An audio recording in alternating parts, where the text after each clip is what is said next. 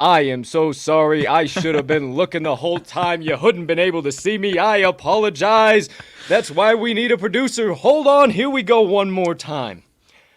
Good morning, ladies and gentlemen, degenerates and gamblers, far and wide. Welcome in to episode number 6 of the Cup of Joe on Campus podcast. I saw something moving out of the corner of my eye. I said, what the fuck is going on? Well, now we know, my friends. COJOC, presented to you by Talking the Line Sports Media, wherever you may be consuming it on this beautiful Saturday of bets, whether it be on our YouTube channel, our Twitter, or our Facebook. Make sure you like, follow, subscribe, hit the notification bell, leave a comment, leave a rating, all that good stuff. We cannot tell you how much we appreciate it when you do, and it only helps us make TTL Sports Media bigger and better for each and every one of you. Ladies and gentlemen, beautiful gambling people, joining us for this show on this beautiful Saturday, December the 11th, 2021. I am your honored, humbled, hyped, and always handicapping host, Colton, Captain Colt Soroka. Now, without further ado, I have yet to acknowledge the presence of the man that sits to my left. Even though he saved our ass today, we would have been talking in silence for quite some time. Been a little bit of a wild morning here on this side of the screen, partner. What say you? How are you over there, sir? My man, I'm doing decent over here. Nice, steamy 40 degrees in the Windy City on this fine Saturday morning, if I do say so myself. I thought I was the problem for a second. It usually is my problem over here on my side of things, so I was waving my hands, and then I'm like, wait, am I the jackass over here? Not totally. To say that you're a jackass. No, I'm a total jackass for that move. I brought us in. I had everything set up. I said, okay, everything looks beautiful. Let me start dancing. I'm going to feel the vibes. And then I looked down and I said, one more button I had to press, and that is unmute. You know, the UNMUTE, that helps us do this show here. So, hey, appreciate you flagging me down, partner. What's do up, I have pal? the power to unmute myself in that situation? And I don't say think something so. To you? I don't know. Okay. Maybe. We'll have to do a little test on that. You might possibly, because I don't know if it overrides it from the producer side of things. So, all right, there you go. There you have it. We already have a little bit of a rabbit hole. Adjust my camera just a little bit there. We already had one rabbit hole we're diving into today, so you know what type of show it's going to be here today, my friends. You never know what you're going to get when you tune in to an episode of whatever TTL might be.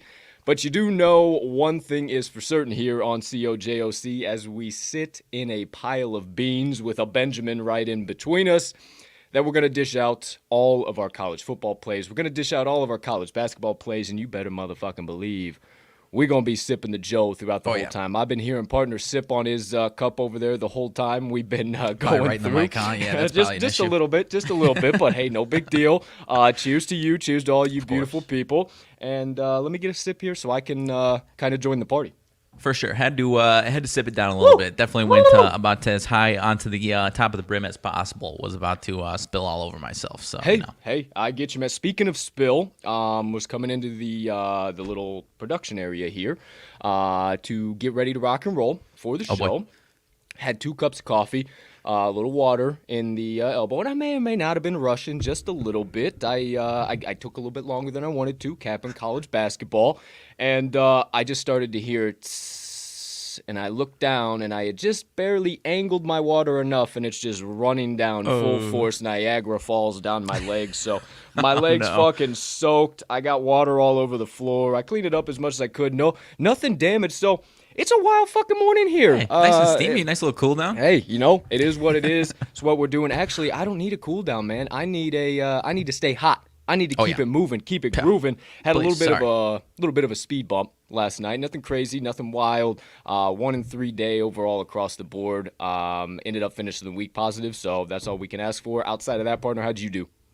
As far as our pod picks, I went 2-1 actually, and then I had a few other ads that kind of whiffed on me. So I ended up going about a half unit negative, so not what you want to see. But got the Cavs to the window, stayed a wagon, going to continue being a wagon, and then my fade the SWAC, bottom of the SWAC pack, Boise State boys took care of business. So, right. Was that a sweat-free cover, or did they get it done by about a point or so? As far as the final box score, yeah, sweat-free, but it was very, very close around halftime. Yeah. So as far as, the progression of the game, a little sweaty. But as far as the box score, no sweats at all. Okay, well, there you go. There you have it. That's everything from yesterday. We got a loaded show on tap, so we'll dive right into it. Nothing college basketball day today, my friend. Or not college basketball, college football. Well, there is one game, but no giant slate like there usually is. You know the drill. It's only Army-Navy. It is the Service Academy games, my friend. We are about to dive into it. Our guy at Paul Aiello, shout out Paul Lee, jumping in the chats early this morning. Appreciate you, my friend. Hope all is well with your mom. Have been sending up my T's and P's nonstop since Scoot gave us the news, but we appreciate you. We love you. Thank you for tuning in, my friend. Of course. Outside of that, college football, Army-Navy, only one game. Actually got nothing out of here, partner. I don't give a damn about this game. We can talk it a little bit, but I know everybody gets their yones all in a bunch trying to fucking, let's find the value on the Army-Navy game, and we got to do it, and we got to have it, and we got to have that under. And I'm going to relax. I'm good. I'm going to take a week off of college football, and I know you are going to have a staunch play in this game. I can just tell. But, you're not. I don't know. I don't know, man, because, okay. I mean, it's, in my opinion, it's under or nothing. It really has to be under or nothing, in my opinion. Maybe not. Maybe you can find some value on the spread, but I'm staying away from that. But I might do a little bit of my entertainment style wager on the under, man, because how do you not just back the train until the wheels fall off? And the answer would be because they've dropped the total to 34, 35. Mm-hmm. That would probably be the sane answer to that question. But I mean, I don't have an official play, but I think I got to jump on a few bucks sprinkle on the under, my man. I can't stay away. I love this game. I do. It sounds like it's going to be a little nasty, but go ahead. May I remind you, though, because the way you're talking, I got it. May I remind you, you were on the over the last time we played a Service Academy game, and it almost went over. One barely tipped fucking pass, and that doesn't happen. That game goes over. So now you find yourself on the opposing side with the lowest total we might have ever seen in the history of a Service Academy game. I'm good. I don't need it. I don't need to deduct it. I don't need an entertainment play on that one. This one's going to be a nasty game anyway. Like I said, I'm taking a break off from college football, and I'm diving deep into college basketball. There's no reason to even get juiced like that over this Army-Navy game. It's just disgusting. It's going to be what Monday night was, but we know that's what it's going to be. No, what? What? The 14-10 slop fest? What? Oh, stop it. Stop it. No, what do you mean? I'm serious. What do you mean? Okay, maybe a box score 14-10, but there's no way in fuck these two teams are even on the same level as the Buffalo Bills and the New England Patriots. This is not going to be a Monday night football game at all. That's not what I'm saying. As far as the nastiness and lack of inability to throw the ball and all this and that, because they just don't in these games, and I think that's what we're going to see. So I'm going to throw a few bucks on the under, my friend. I'm good. I'm staying away. Don't need anything in that matchup. If you guys want to get sweaty and go for an under in a Service Academy game and be the first time that it goes over, go right ahead, my friends. I suggest on this side of the screen you stay far away because we have over 160 games on the college basketball slate, so there's really no reason for you to force and move and groove and try and fit yourself into a play college basketball wise when there's so much value on or college football wise when there's so much value on the college basketball slate. So without further ado, we ain't going to waste any time. We're going to get right on into it today. We're going to break down every single game. We're going to talk about them if we got value in it, no value in it. Maybe we're staying away all in general. Maybe we just got some question marks that we need to answer here between us two. So without further ado, switch gears, college basketball wise. First game of the day on tap, partner. I would be hard-pressed to believe that you do not have a play out of this matchup. Nebraska Cornhuskers at the Auburn Tigers. How did I know? I bet you, if I'm a betting man, he's going to be on the Huskers plus the 13.5. Oh, he's not. He's fading them yet again. No. Oh, boy. I'm going to the total, my friend. Oh, okay. What do you got? I'm going to the total in this one. I believe, correct me if I'm wrong, I believe I said I essentially temporarily buried the Cornhuskers, at least as far as these spreads are concerned. I don't want any part of it. You may have said that in your head. Didn't say that here, but now we're good to go. All right. Okay. Well, I'm temporarily burying the Cornhuskers. Because I wouldn't have been as hyped as I was for you, because I was 100% thinking you were going to back them again. Okay, so cool. As far as the total, I'm going to the total. I'm going a little half unit sprinkle on this total. Not sprinkle, but a half unit on this total. I'm taking a different type of swing on this one, taking just a kind of a punt on this one. Do you have something to say, or are you just... No, I'm just listening. Oh, I'm hand gesture. Okay. Yeah, you look like you're... Okay, anyways. So what I'm seeing in this one, partner, there's a couple things I'm seeing and I'm taking a swing at. As far as... I'm going under if I didn't say it. My you apologies. didn't say it, so that's what I'm trying to figure out. You didn't say it yet. So, okay, you're going under 149. All right. 149.5. I'm going under. There's a couple things that I saw as far as the action app is concerned. They have these certain projections, and this one was a neutral court projections, 140 to 185 when the total is 55% of the time it goes under. And then I looked a little deeper. I said, okay, this is on a neutral court. It's on an NBA gym.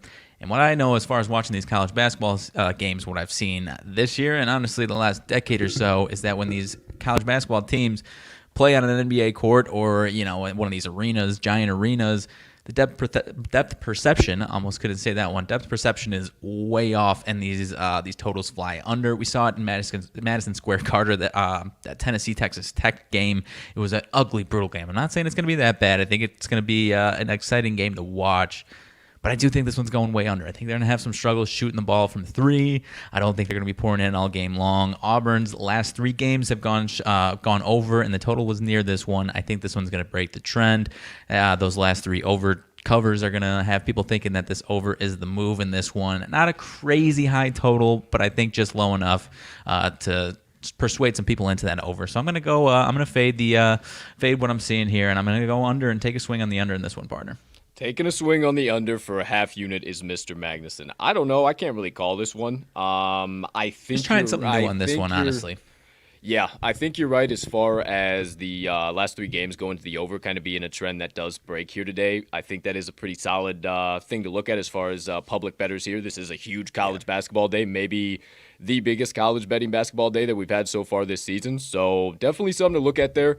I have not had a feel worth a fuck for totals so far. When I think a total like this should go under, it blasts over by about 15, and then I think a total that's way higher than this and should go way under, then it blasts over again. So I don't know. I got no fearful totals. I think you're in the right spot. But yeah, I would definitely only play it for half a unit. So there you go. There you have it. One play coming out of the first game on tap today, the Nebraska Cornhuskers against the Auburn Tigers. And got to get everything rocking and rolling here. Totally forgot to do the key part here. So we got to make sure we get all of our max picks. Let's see. Nebraska versus Auburn under 149.5. Let me make sure that's good. We got no college football picks today. Bear with me for just one moment here, mis compadres. Here we go. Delete that. Okay, Colts college basketball picks. RMags college basketball picks. Neb versus Aub under 149.5. Put it in the ticker, boys. There she is. It is there. All right. Next game up on tap. I did have a lean in this matchup, but going to end up staying away in general. We got BYU, neutral court game, going up against the Creighton Blue Jays. Partner, anything from you out of this matchup?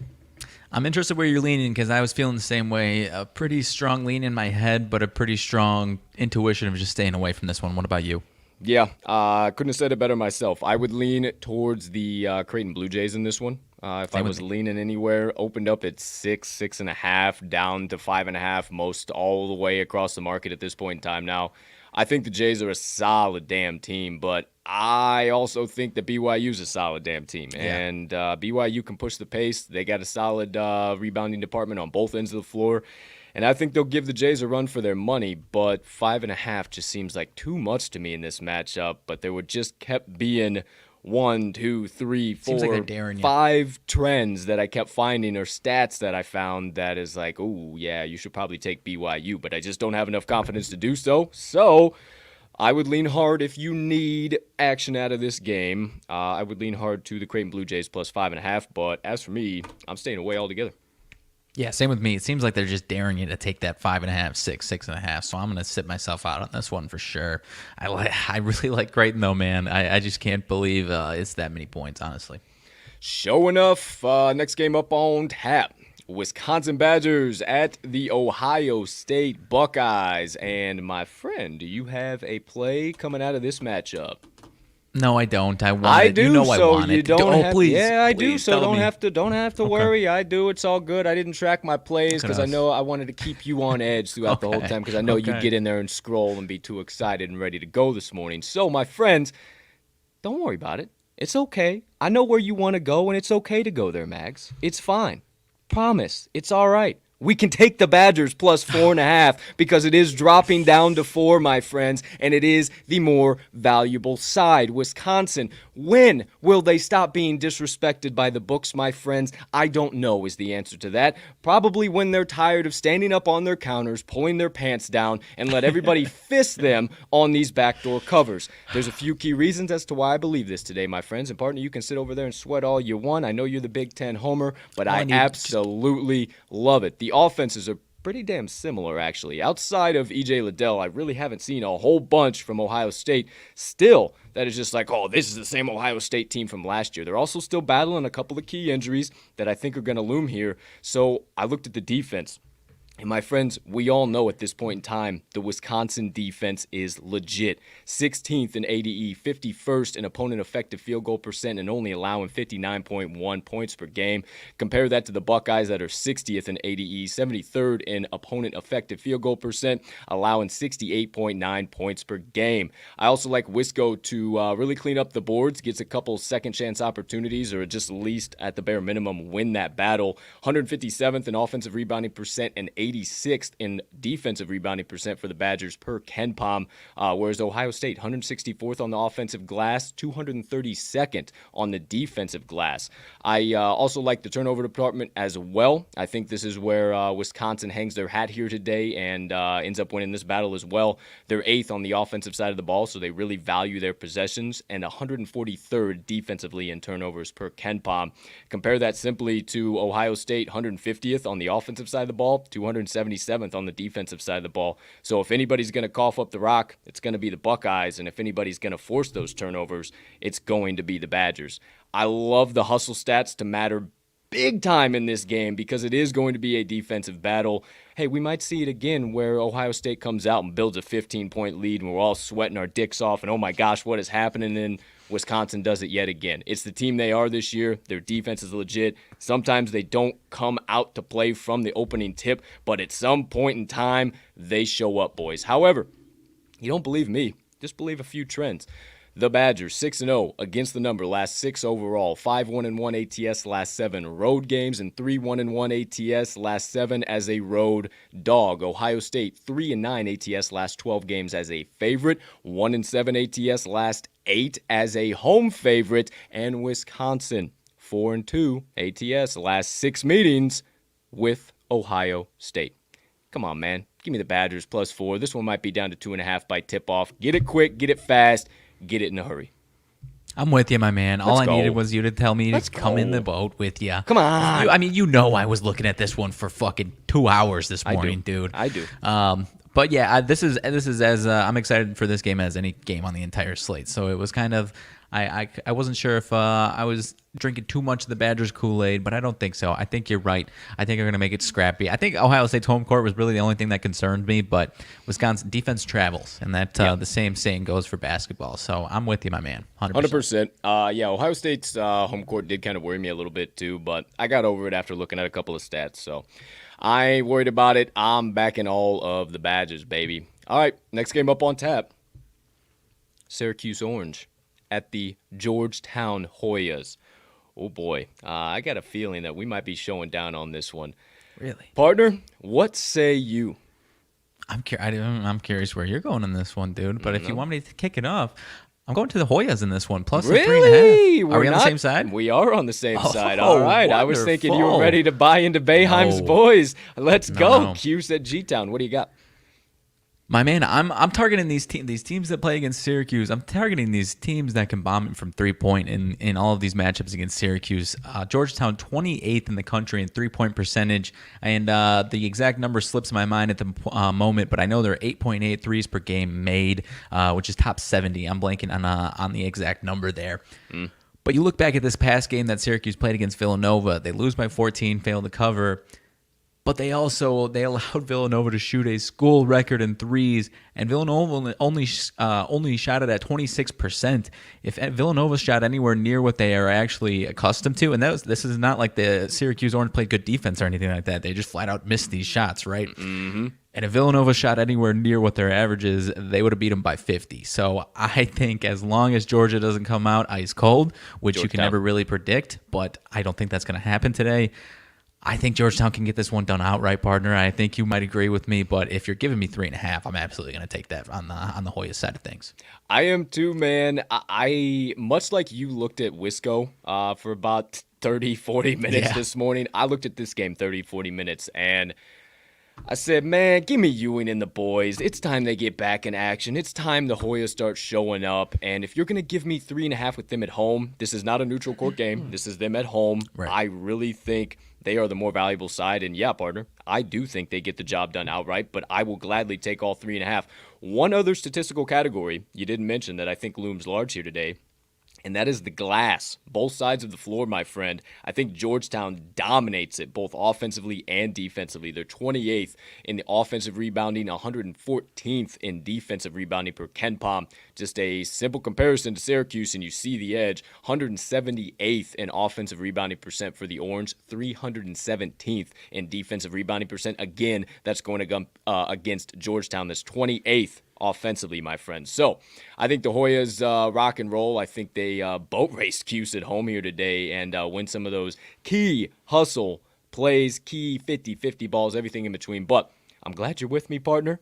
If you don't believe him, you don't believe me. Just believe a few trends. Cuse, 2-5 ATS last 7 Saturday games. 1-8 ATS last 9 versus the Big East. Georgetown, 8-3 ATS last 11 Saturday games. Georgetown 6-2 ATS last 8 as a home puppy dog. 7-1 ATS their last 8 games versus the ACC Conference. And Georgetown is 5-1 ATS last 6 meetings with the Orange.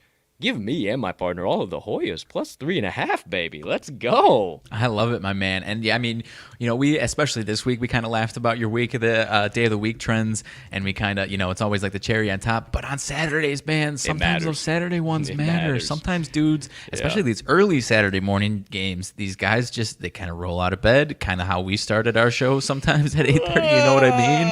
And then by, an hour in, the cobwebs are out our eyes. You know what I mean? It's not nothing. I don't think it's nothing. No, I don't think it is either. And I think the cobwebs sometimes get knocked out of the eyes when there's about 8, 7, 6 minutes left in the second half. So I think we're on the right side. I think this is a very solid play. So there you go. There you have it. It's in the ticker. Love it. All right, next one up on tap, partner. The Raging Cajuns go to Louisiana Tech in a in-state battle. Louisiana Tech has that 6'7", 300-pound brick shithouse. Yeah. I got to think of his name. I'll look it up here in a second. But anything from you out of this matchup? Louisiana Tech actually laying 9.5 at home, and the total opened at 147 up to 148.5. Anything from you?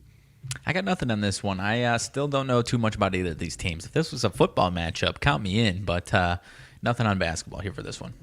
All right, well, just a little bit shorter than my fingers could type there, but let me see if I can find this fella here before we move on, because you got to know about this kid. This fucking kid is a stud. I just don't know if I know about this guy. He's a boss. You don't know who this is? Okay, hold on. Is he Louisiana Tech, you said? Yeah, let me just quick little sidebar here. Let me see here. Men's basketball. It's as good as you're saying it is. He's a fucking brick shithouse, dude. Let me see. Let's see. ESPN is usually there we go. Come on, ESPN, don't be a slow piece of shit this morning. What do you say? One time here, kid. I'm now, babe. I'm now. One time here, kid. Come on. Oh yeah, here we go. Kenneth Lofton Jr. Kenny Lofton Jr.? 6'7", 275-pound freshman that plays forward for the Louisiana Tech Bulldogs. 6'7", 275, Playboy. 275. He's a fucking brick shithouse. Kenneth Lofton Jr., and he is a brick shithouse. I feel like he doesn't look like anything like Kenny Lofton, but I have to ensure that it's not Kenny Lofton's son. I would imagine probably not, because Kenny Lofton, I don't think that would be the right. Maybe. The age range, I don't think that's his son. I don't think it is, though. So but it's either, awfully interesting. It's Kenneth Lofton Jr. Kenny Lofton, the baseball player, was also like 6 foot, $175, not 275. That also. So maybe something to think about there. There you go. There you have it.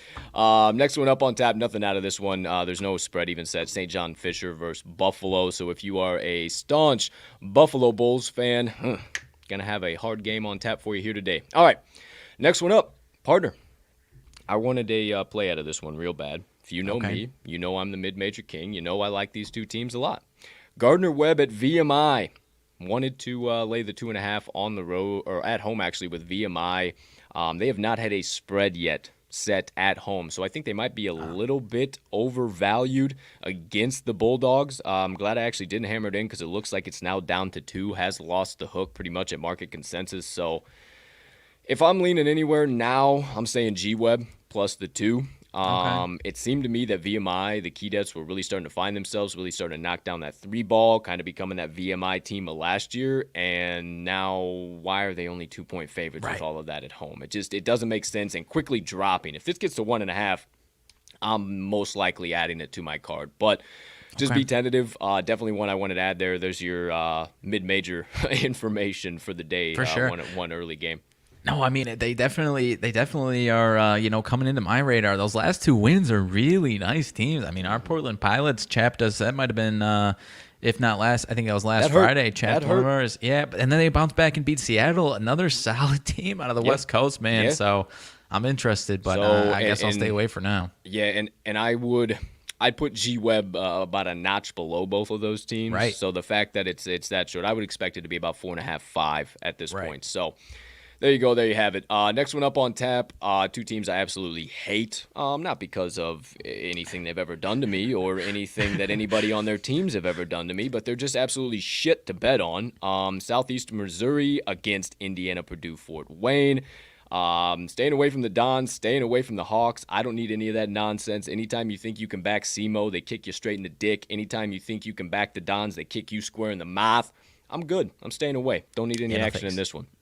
All right, glad we're on the same page. Next game up, I think the line's just too long. You can't really do much with it, but I think this is actually bass backwards here. Western Michigan, lane 10 on the road at Detroit Mercy. Detroit Mercy hasn't been great by any means. Western Michigan hasn't been spectacular, but solid.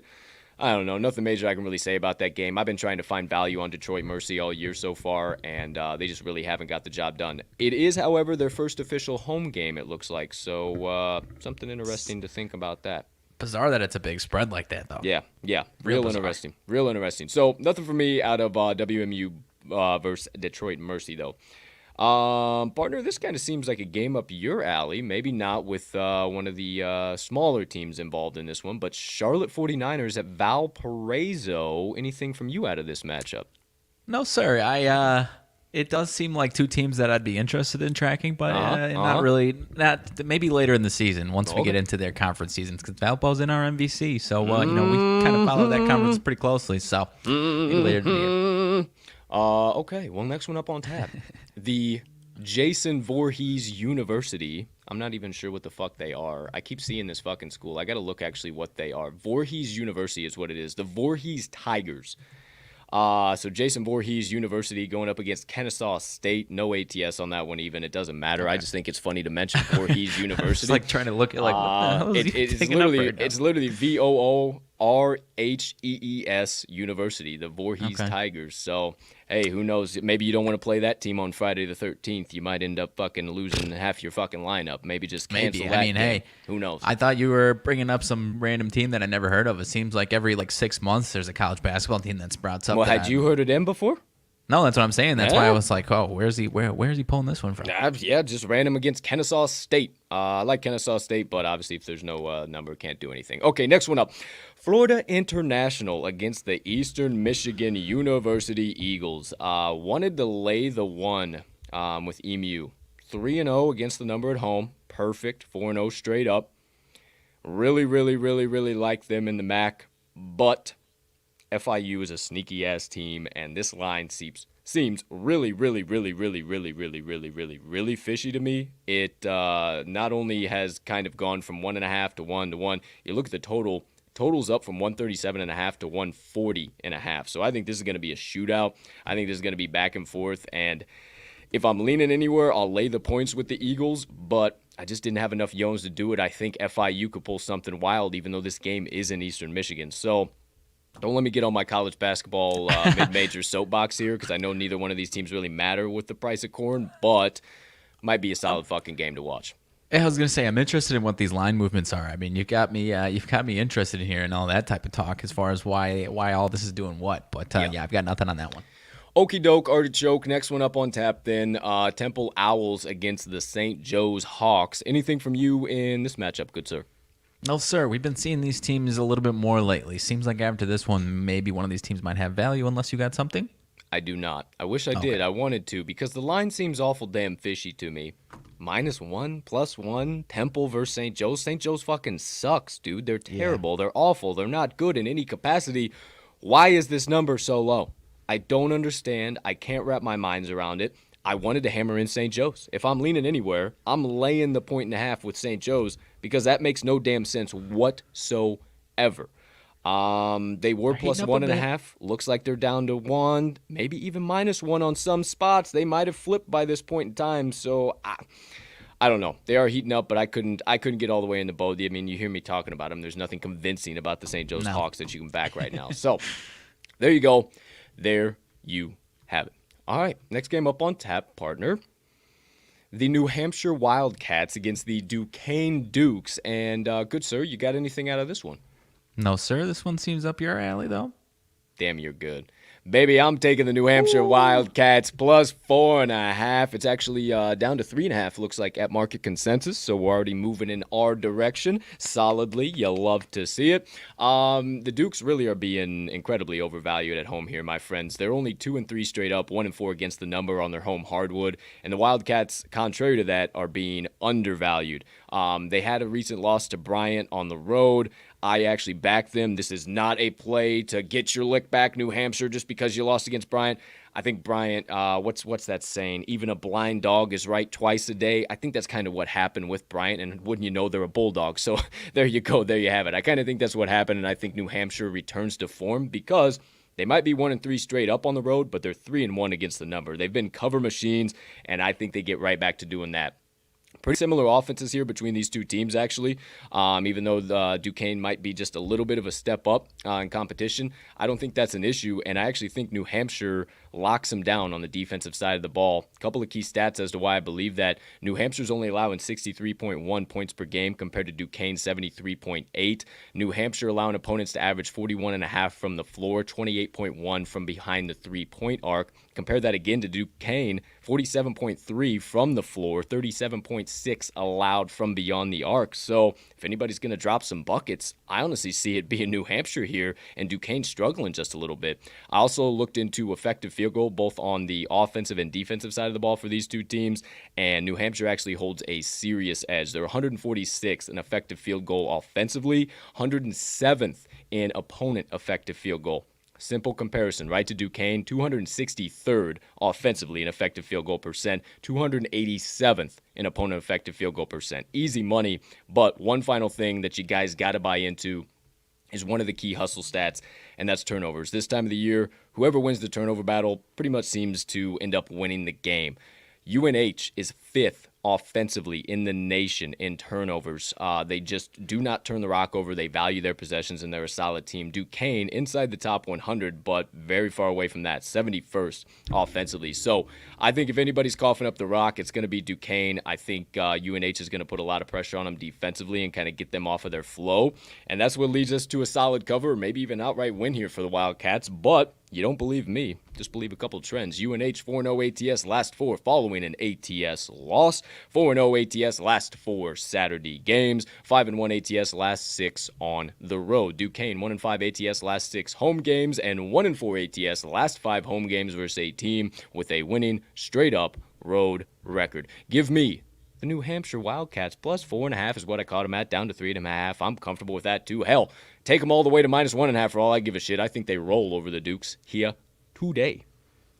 I'm interested, partner. I'm gonna stay away for now, but I am interested. I do like it. Nah, maybe my stay away is because, and this is, I did back the New Hampshire. What's their nickname? Wildcats. Wildcats. I did back them against that Bryant team. I do like your play. I think I'll sit myself out on this one, though. Sure, I understand. I got to get back in on it just because they are being undervalued here once again. One final thing may swing you over the rebounding department, good sir.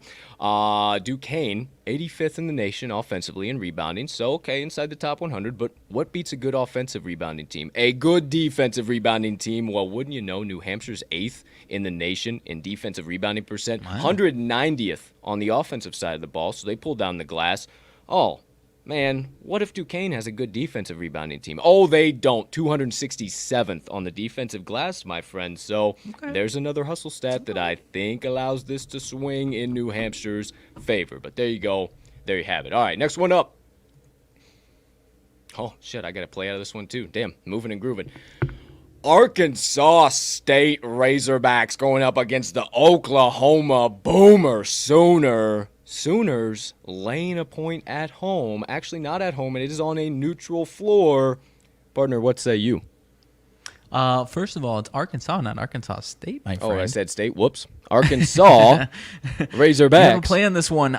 This might be another one where you might just pull me into the boat because this is the other game that I wanted some action on so bad, man. But I couldn't push myself over the edge. So take me away. I might even just submit to your will, almost blindly in this one because I want some action. I'm definitely watching this one.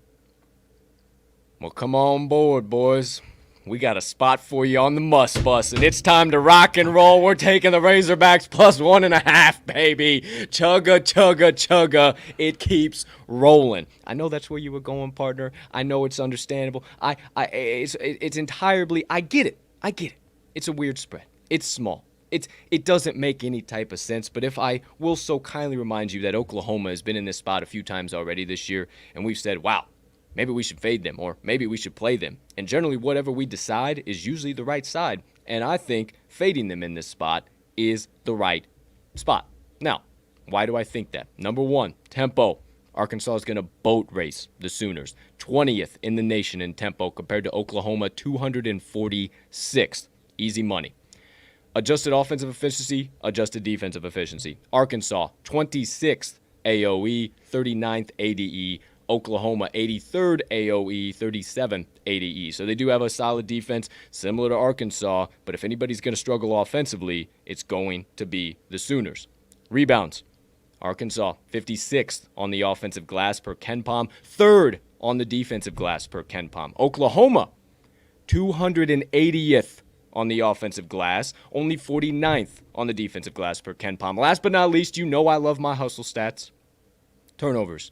Arkansas 28th offensively and Oklahoma 180th offensively. If anybody's coughing up the rock, it's going to be Boomer Sooner. Must Buses boys are going to hold on to the basketball. They are not going to let it go away. They are going to win the turnover battle, and they are going to win this game outright. But I will gladly take the 1.5 points. I think it comes down to hustle stats. I think Arkansas has plenty of edges in those departments. But if you don't believe me, just believe the trends, boys.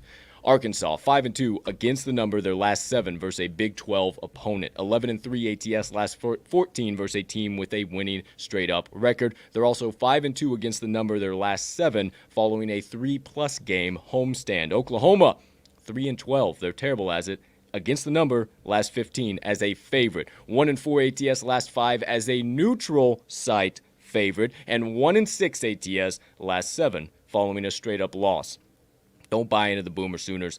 Their program, up and down, regardless of if it's just the athletics program in general, we'll say a little bit of nonsense going on. We all know the story. I won't go down the rabbit hole and hurt anybody's feelings, but I think it's a little bit of nonsense going on over there, and I don't think the boys are going to be ready to rock and roll on this Saturday, and I think Muss loads up the bus, and we go straight to the pay window with ease. Give me the Arkansas Razorbacks plus 1.5. There you go. There you have it. I like it, my man. You got me. Where I saw it, it was actually flipped. They're up to -1. I'm taking them on the money line, -110. Let's -105. So I'm going to take that money line. But I'm with you, my man. That was those 2 games you got. I'm so glad you got me into the boat on those 2 because I wasn't going to let myself do it, but I'm glad you took it home for us. So give us the Razorbacks, man. I love Muss-Bus, dude. I love Muss-Bus. I think Oklahoma's going to be good later in the season with Porter Moser now coming from Loyola Chicago. But big loss against Butler, man. I think they might have some struggles early on here. That's such a classic Chicago move. Like, they got our Chicago guy now. I think they're going to be much better. I like Porter Moser, okay? cracking me up. It's just classic. He's a good coach. He is fucking solid. So, there you go. There you have it. It's a fair call out, though. Yeah, 100%. Classic Chicago move. That being said, next one up on tap, we got the St. Francis Brooklyn Terriers going up against the Delaware State Hornets. Hornets getting 4.5 at home, partner. Anything from you, sir? No, sir. This one's out of my realm. Same here. Well, give me about a month. Come talk to me again. That's exactly what I was going to Give me about a month. Come talk to me again. Troy at Tennessee Tech. Again, give me about a month. Come talk to me. Was all over Troy plus the 2.5. Yeah, they were one of my main leans. I think they're a much better team than Tennessee Tech. I think their defense will travel in this game. Going to be a lower total game, right at 136.5. The only thing that worries me is it opened at 5.5, or not worries me, rather. The thing that kind of more convinces me is that it opened at 5.5. It's down to 2.5. So I like a good 2.5 point dog on the road, especially a team that has the caliber of Troy. Just haven't watched them enough this year. So again, ask me about a month. We might have some plays on Troy. For sure. I really wanted to play out of this one. Maybe we can talk through it. Maybe we find something. I don't know. UNC Asheville going up against Western Carolina. I really wanted to take Asheville. Asheville opened up as the favorites, I do believe. No, they opened up as the dogs, now to a straight pick 'em. Just haven't been solid on the road. They've been solid at home, and I think this might be just a classic case of I've bet against UNCA twice now against them at home, and I think I'm just like, oh, they're a great team. I got to back them now, and they're on the road, and I think I'm going to get fucked. So that's kind of where my thoughts are. At the same time, I don't trust the Catamounts to do a damn thing. Have you seen much of them? They ain't been good. I backed them a few times, and they've burned my ass. But here recently, they're playing damn good. I mean, 3-0 straight up, 2-0 ATS at home. So For sure. Something to think about. But the fucking Bulldogs, last couple times we bet against them, they've kicked us square in the teeth. So I know. Get me out of this one. Jeez. There you go. There you have it. So we will not find a play. We will stay far away. Next one up on tap, my friend. Princeton against Lafayette. Anything from you? No, sir. Been trying to find value on Princeton. Just can't get in the boat with them, man. And I don't think probably they deserve. Not laying 6, right? No. Yeah, and just even across the board from day to day, week to week, just trying to find a little value on them because they are a good team. I mean, they're solid. Ivy League this year, man. We talked about it last week. Ivy League this year, man. Sheesh. Ivy League sick. Even though Brown kicked us square in the mouth, just barely slipped away at the end. But hey, what are you gonna do? Next one up, Central Connecticut State against Providence Friars. No value here. Friars laying 27 at home. I don't think they cover that. But then again, CCU is bad. I ain't betting against Providence anymore. I tell you that either way. Oh well, hey, there you go. At least you got that written on the college basketball written must on my do's. damn hand. Yeah, 100%. Maybe just on your forehead, so you just see it straight in the mirror. Like nah. Ed Cooley's getting boxed this time. Fuck that. He ain't got this. And then we show the next morning, bro. Fucking Ed Cooley's the American dream, man. Like, what is going on? No more betting against Providence. It is either lay it or don't play it. There you go. There you have it.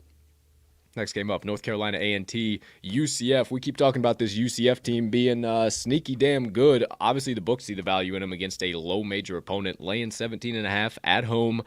No, I am not hammering in the UCF Golden Knights. If this was a football game with this low of a spread against NC A&T, I might be thinking about it. But it's college basketball. Don't give a damn. Nope. Okay, Southern Illinois. The Salukis shot at from roundabouts in my hometown area against the Tulsa Golden Hurricane. The Golden Hurricane laying 3 at home. What do you got over there, sir? Well, we obviously can't make a play on this one, and I don't have any opinions. I was just going to stop us not to get too deep outside of our world. Sounds like a lot of tornadoes, Southern Illinois area. So, T's and P's to anyone if they're affected down in the southern area, or Southern Illinois, Kentucky, A lot of states down there last night affected by some bad tornadoes. Yeah, I was catching that. It started because I still got weather apps and alerts and everything. I would imagine. Shout out, Ma. Hope you're still alive. Everything's all good down there. I didn't hear anything wild. Yeah, it was I think it was like the deep tip of southern Illinois. Well, also where Isa come from, Bethany, Illinois, town about 1,300 people. They have this thing they say in town that there is a old Indian tradition, or what the fuck do you call it? Like not a curse, but like I don't know, something like a blessing or some shit. Yeah. Like back when Indians roamed the plains. I don't fucking know, but they say it in the town that there is like a Indian blessing or whatever over the entire town of Bethany, and it'll never get hit with a tornado. It's fucking insane, dude. Like, really, we have been dead in the middle of fucking tornadoes. That son of a bitch will pick up, go across the town, and drop right back down. It's the craziest fucking thing ever. They don't come into Bethany. It's the weirdest thing ever. Little do you know, next time you're in a trivia competition, they ask you, what small southern Illinois state populated of about 1,300 people that begins with an E and ends with Ethany is protected from tornadoes? There you go. There you have it. It's Bethany, Illinois. Love it. A little something for your Saturday morning. But shout out Southern Illinois. Hope everybody out there T's and P's for sure. Because actually Decatur, my hometown, I just grew up in Bethany. Decatur, they don't have that same thing. My dad's shop back in 2016 got blasted by a fucking tornado. Took a box truck. Like the huge, like you see at 2 Men in a Truck. Like those big-ass box trucks, Took that fucker, ripped it in half. Just twisted it and ripped it right in half. I mean, tornadoes ain't nothing to play with, dude. But I am a crazy man who will get in a truck and go chase them bad boys and see where's they at. It's just tis what I am. Just a good old Southern fella that now lives. That's what we do out here in Illinois. Yeah, 100%. So there you go. There you have it. All right.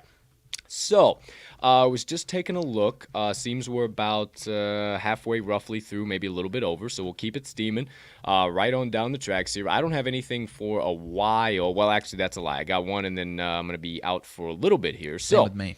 Penn at LaSalle. Nothing there. Me either. I wanted to take the 2.5 with Penn. That's way up your alley.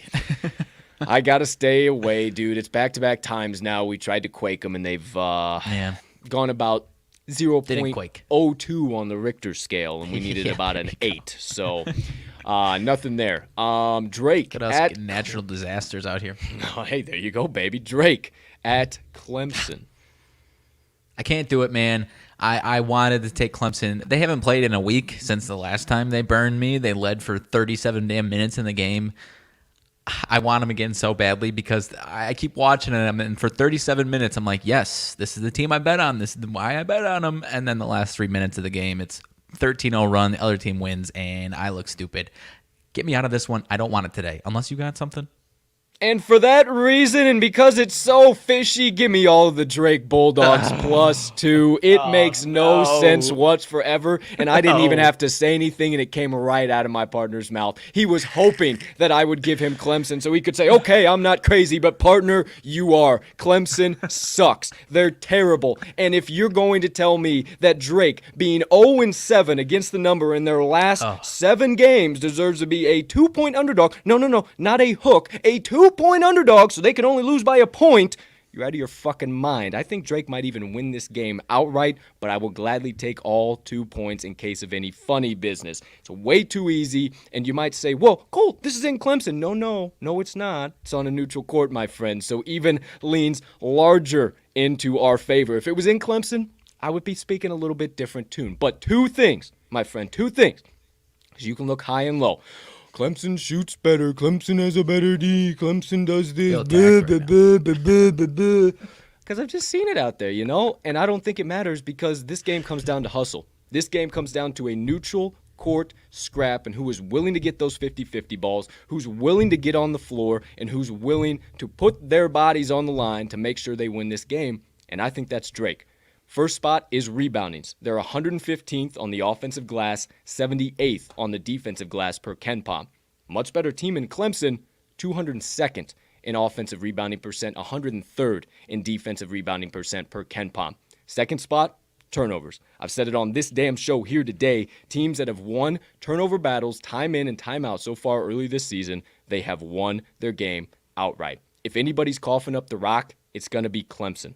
159th on the offensive side of the ball compared to Drake, that is 63rd on the offensive side of the ball in turnovers. Look at the defense. It's pretty doggone similar. Drake is 131st in turnover percent on defense. Clemson, 262nd. So I think once again, it might be sweaty, it might be crazy, it might be wild, it might come right down to it after Clemson just coast for 20 minutes like they have in the past before, but there is no reason for this number to be this low. I think it is a setup and a half for everybody to run to Clemson in this fashion, but if you don't believe me, believe just a couple of key trends. Clemson, 2-5 ATS last 7 versus a team with a losing straight-up record. Can you say letdown? Clemson, 2-6 ATS last 8 Saturday games. And my friends, I dug deep. I said, what do these Clemson boys do on the road on Saturday? You know, got to get on the bus, got to go check things out.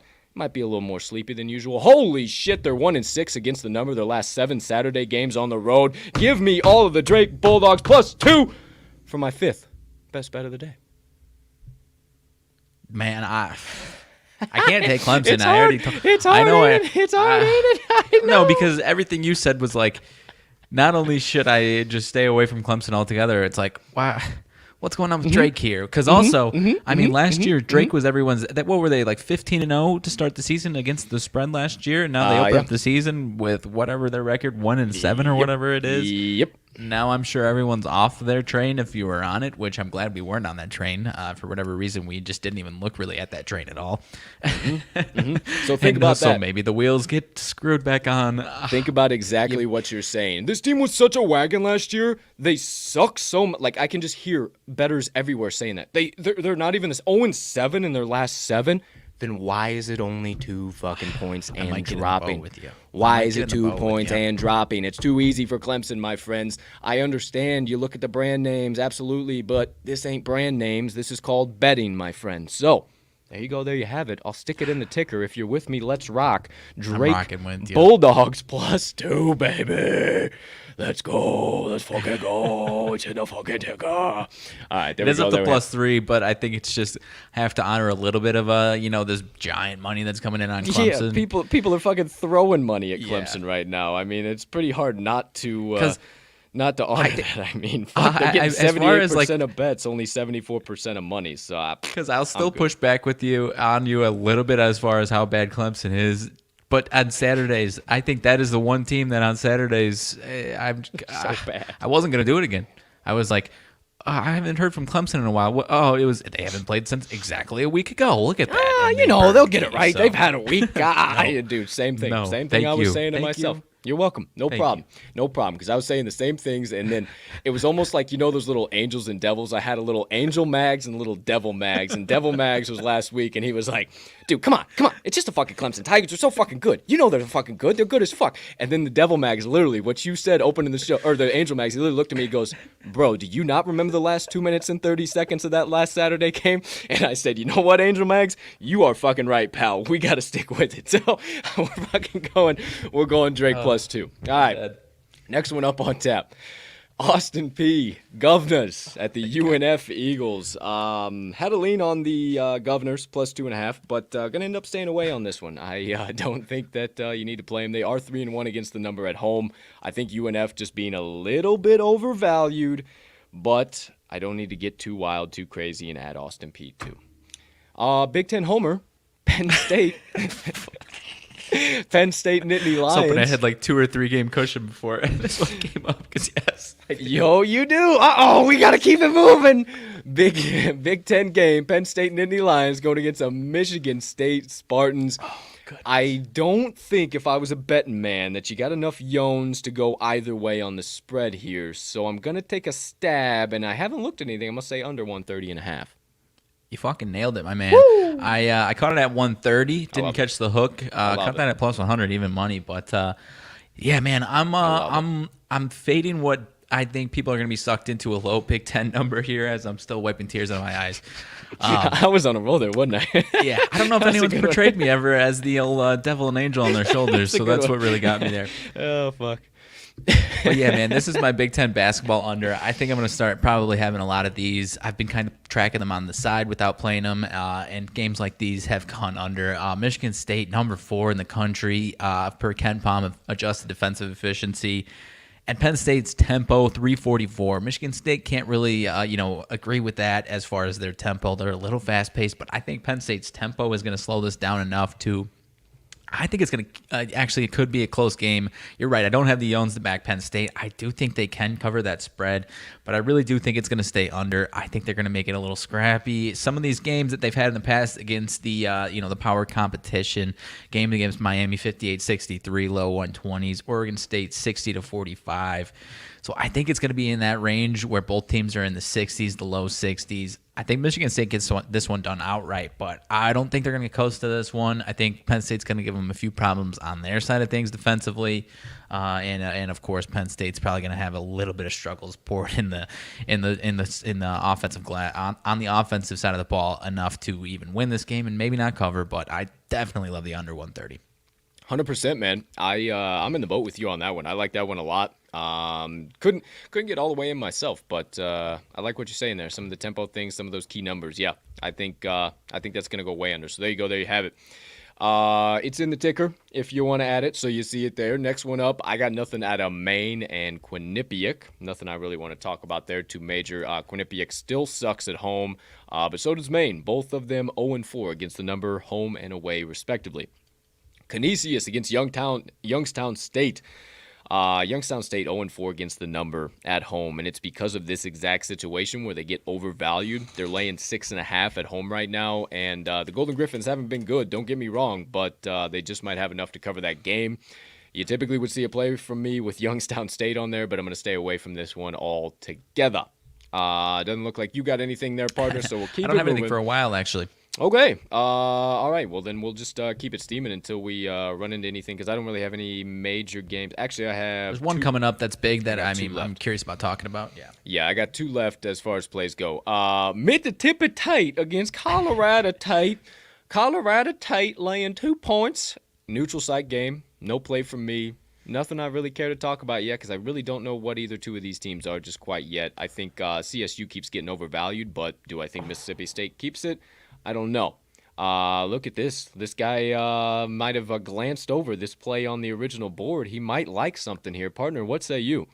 I'm staying away ultimately. I think it's worth talking about. Colorado State's a really solid team, man. Yeah, they are. I am interested. This one is a little fishy because it's like, are people loving Colorado State a little too much, and this is a trap?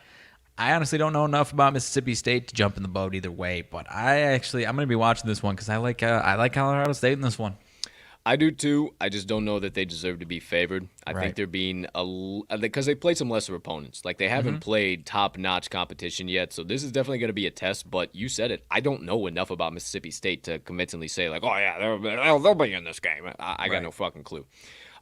Similar actually to the next one up on tap, much lower profile matchup, but the Eastern Washington Eagles going up against the North Dakota University Eagles. Our boys, EWU, laying 5.5 on the road. They are 5-1 against the number on the road, down to 4.5. I see you saw there, and that is why I decided I was not going to hammer in the Eastern Washington Eagles. Seemed too good to be true. UND ain't worth a damn in their own right, and this number should be around 7.5, 8.5, not dropping to 4.5. So glad I didn't give it out to you guys. If you need a play out of this game, which I suggest you just stay away, take UND plus 5.5 or 4.5. That's fishy as all hell to me, my friend. I think so too. I don't know. They might be a little bit of a public dog. It's starting to look like. I'm not sure. Really? 79% of money on UND. I agree, though. I think that still is a solid look because, you're fading EWU after a huge, obviously only a 3-point loss, but plus 17 against Colorado, a big opponent in Colorado. Typically fading those teams after that spot is pretty profitable, but I'm going to stay away. 100%. Cheers to everybody popping in. Good morning. Good, no, it's not afternoon. It's still morning. 9:30 a.m. Central Standard Time. Waking, I don't know. We just start the fucking pod and time gets away from me. It's only been about an hour, so there you go. There you have it. Welcome on in. Get your sip and let's keep moving.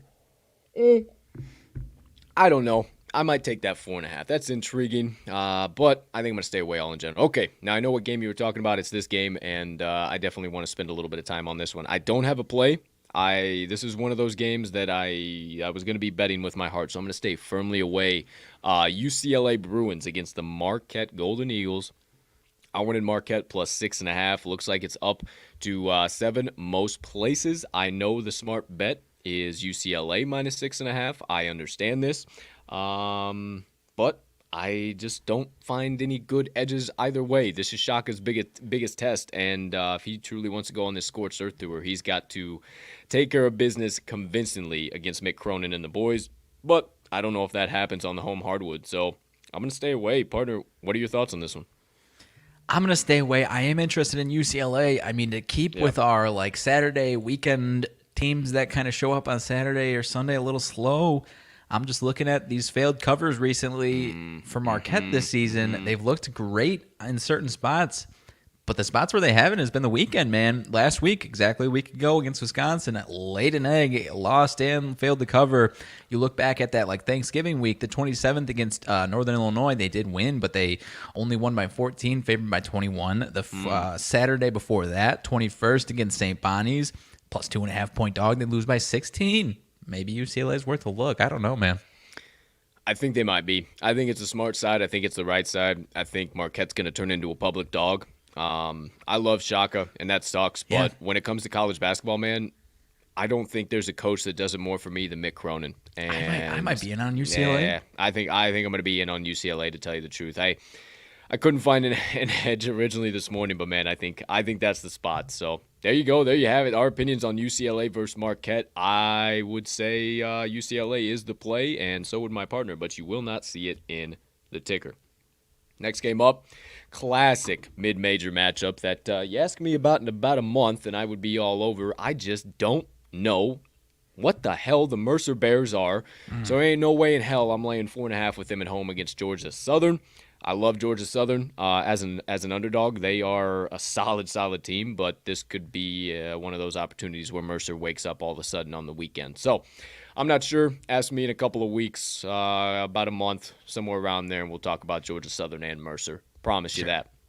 Morgan State, Longwood, nothing for me. I like Longwood laying the 9, but I'm not going to get in the boat. Morgan State could always wake up and do a little something, but if you're wanting a little extra action, I would say Longwood Lancers, minus 9. They are a solid team this year.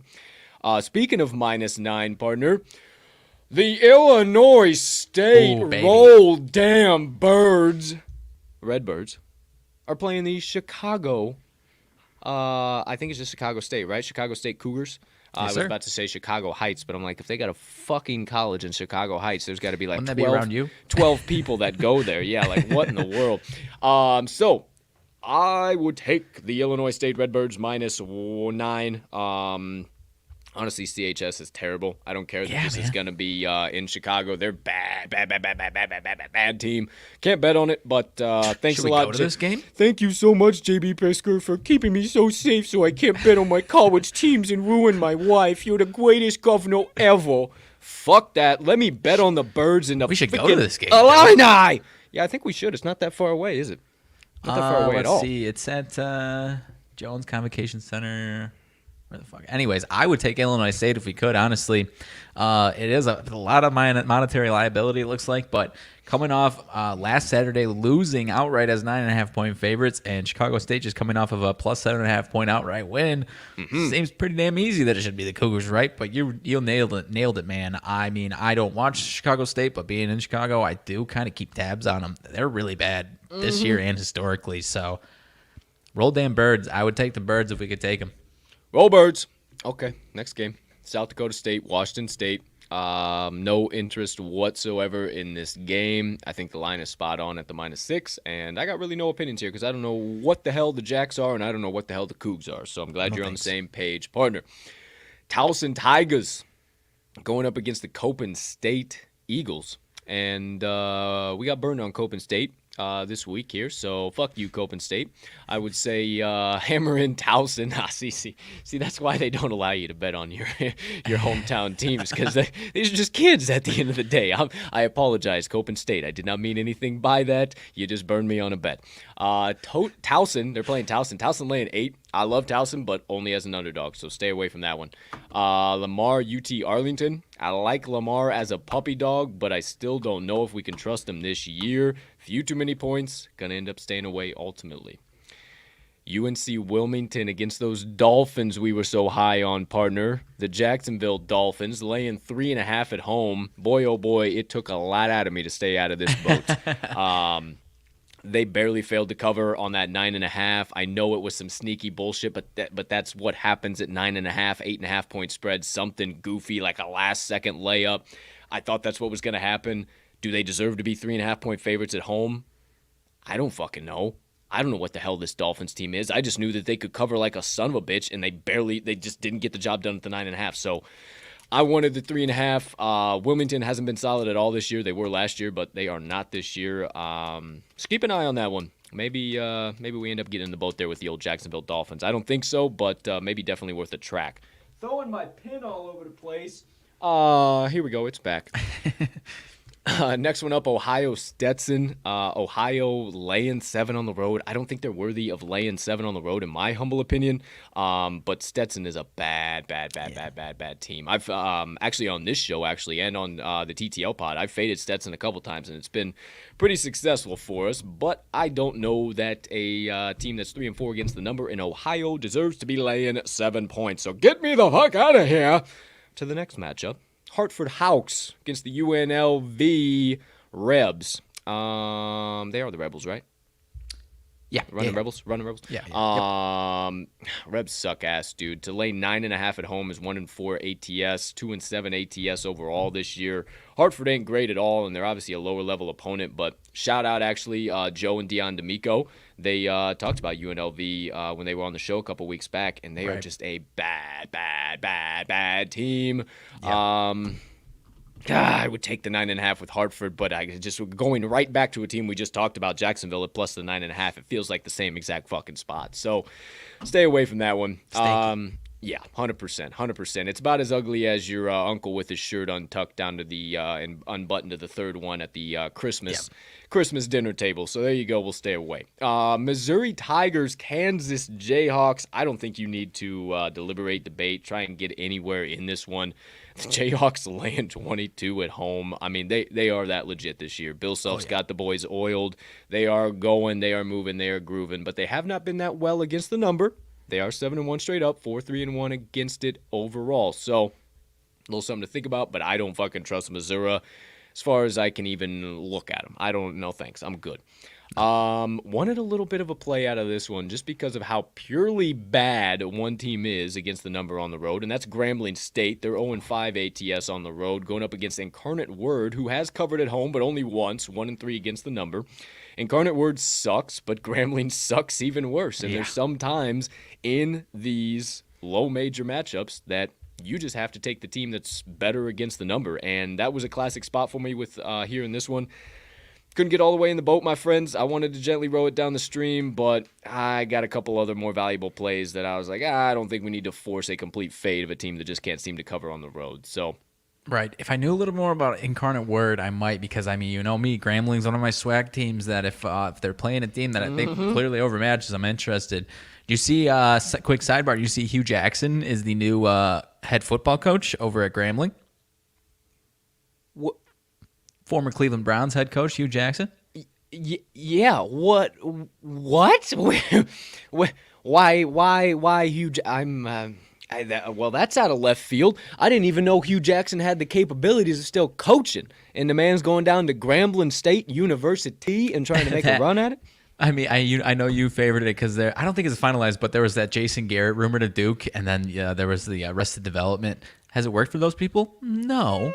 But it could work for us. Fucking hilarious. I love it. One of my favorite teams in college basketball, my friends, especially for the boys, because we all could use more heads. So Morehead State going up against East Tennessee State. Wanted to take Morehead +3. They are a solid team, and ETSU just hasn't been that team. Because if you followed me last year, and even you too, Mags, ETSU was that team that we backed from time to time, and they just haven't showed up. There's been a couple of times that I have thought about getting in the boat with Morehead.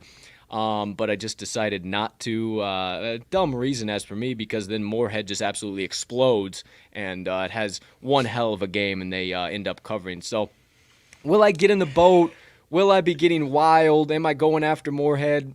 99% of the time. But this Saturday, I think I'm just going to relax and let them do their thing. So there you go. Out of the park. Out of the park, you nailed it. This should be a really good game, though, all jokes aside. One of the better mid-major games on the slate. I'll stay away, but I am interested in watching this one for sure. 100%. It'll be a good one. Nothing out of American versus Mount St. Mary's. If I was leaning somewhere, I would take the points with American. Mount St. Mary's cannot cover anything, and they have not covered at home. Pacific at San Jose State. Wanted to take San Jose State. 2.5 point. They're getting 2.5 points at home. They're perfect against the number, 4-0. Pacific has yet to cover on the road, 0-3 straight up. Yet they deserve to be a 2.5 point favorite. Stinks to high hell to me. I fade Pacific all the time in the Big Sky. So you ask Colt, why the fuck didn't you fade him today? Well, because there was about this almost exact same play with San Jose State, except they were on the road.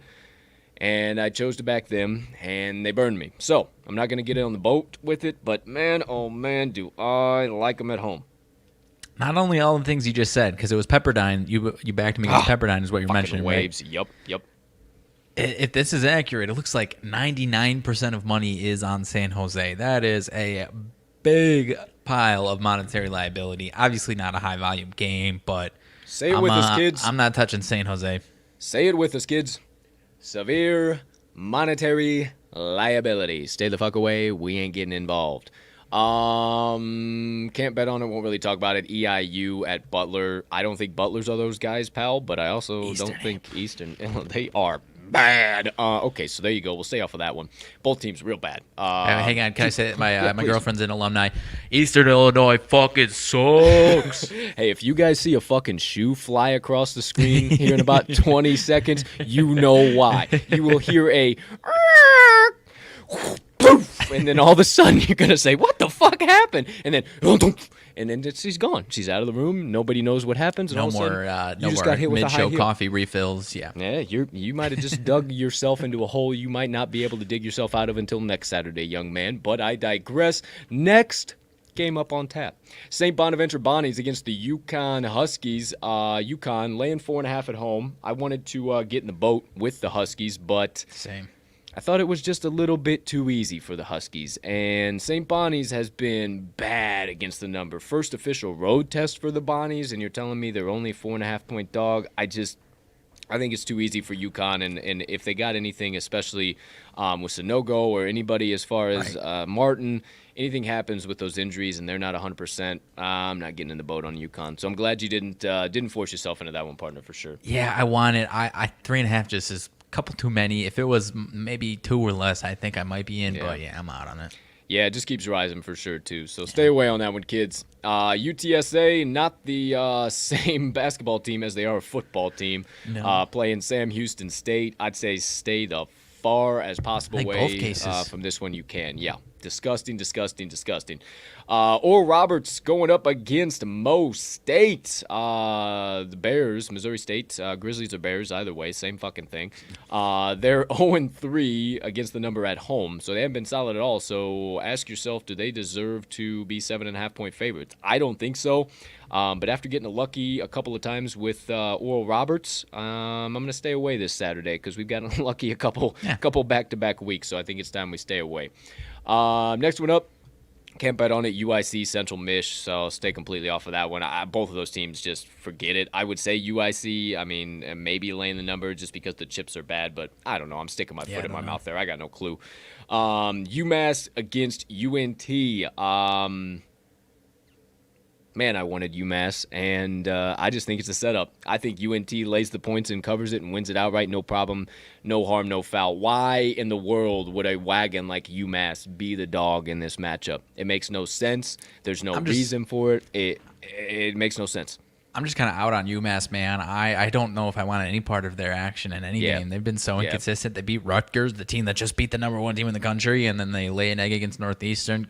No, thank you. I don't want any part of them the rest of the season. I don't think. No, I'm good. I'm good for sure. UNCG, worth a bite, getting 20 points against the Tennessee Volunteers. Yay or nay, partner?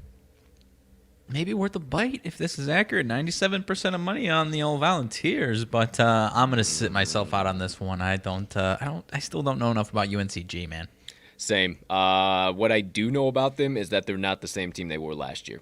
They were a fucking wagon for us last year, at least against the number-wise. I think they are still a very solid team, but at least against the number, I don't know. I think the books have kind of got them figured out from last year because they were ticket cashers for sure. Right. And I know, kind of talking through it a little bit. Low total, I'm surprised to see. UNCG must be a low total game, but Tennessee coming off of that stinker offensive performance against Texas Tech, you kind of expect a bounce back offensively at least.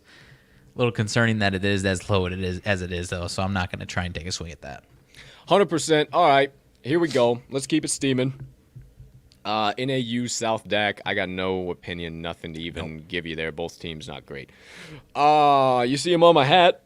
Got this actually from the House of Pain, back when it was the House of Pain, not the bullshit State Farm Center. Come for the noise, feel the pain, baby. Used to have one of those back in the day. Bring the noise, feel the pain. U of I, this one is in the State Farm Center, so welcoming in the Arizona Wildcats. Straight pick 'em. This was, is it going back up? 2.5 in favor of Arizona. Okay, so it was at 2. It dropped down to Illinois. I had to pick them this morning, and it's going back up. So, interesting.